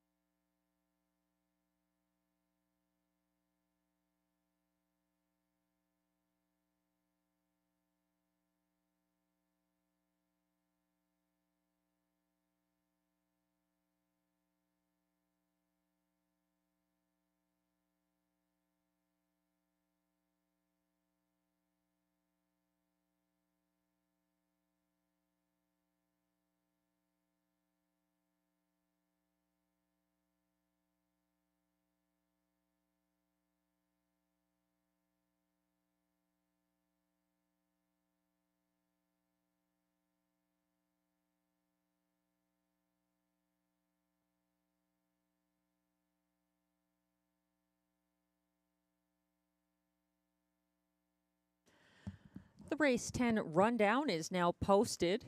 1, Coltrane DeVee finished 4th. 2, The Magic of Life was 6th. 3, Southwind Russian, the race winner for Stefan Pouliot. 4, Spicy Redhead was 5th. 5, Show Me the Magic, 2nd. And 3rd was the 6, Duramax. From the top down, your program should read 461-523. Fractions were 28-4 for the opening quarter, 58-1 to the half, 127-2 at 3 quarters, 157 flat, the winning mile for Southwind Russian and Stefan Pouliot. There is a pick 5 carryover that carries over to Sunday, June 23rd. That's OSS Gold Celebrations Day here at Rideau Carleton as well. Post time remains 6:30. Come a little early to get your program. There will be some souvenirs, cake, and the return of the $2 hot dogs, as well as some top-tier Ontario Sire Stakes Gold 3-year-old pacing, colts, fillies, and geldings. Today's handle, $190,053.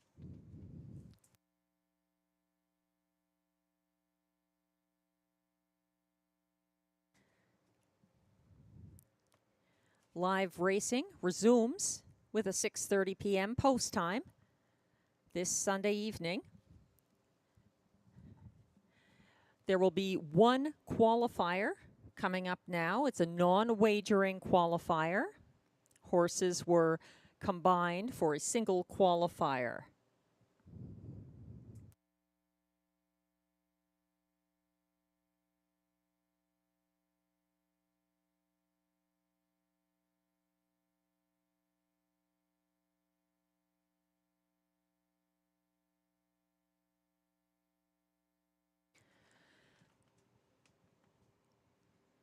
No wagering, of course.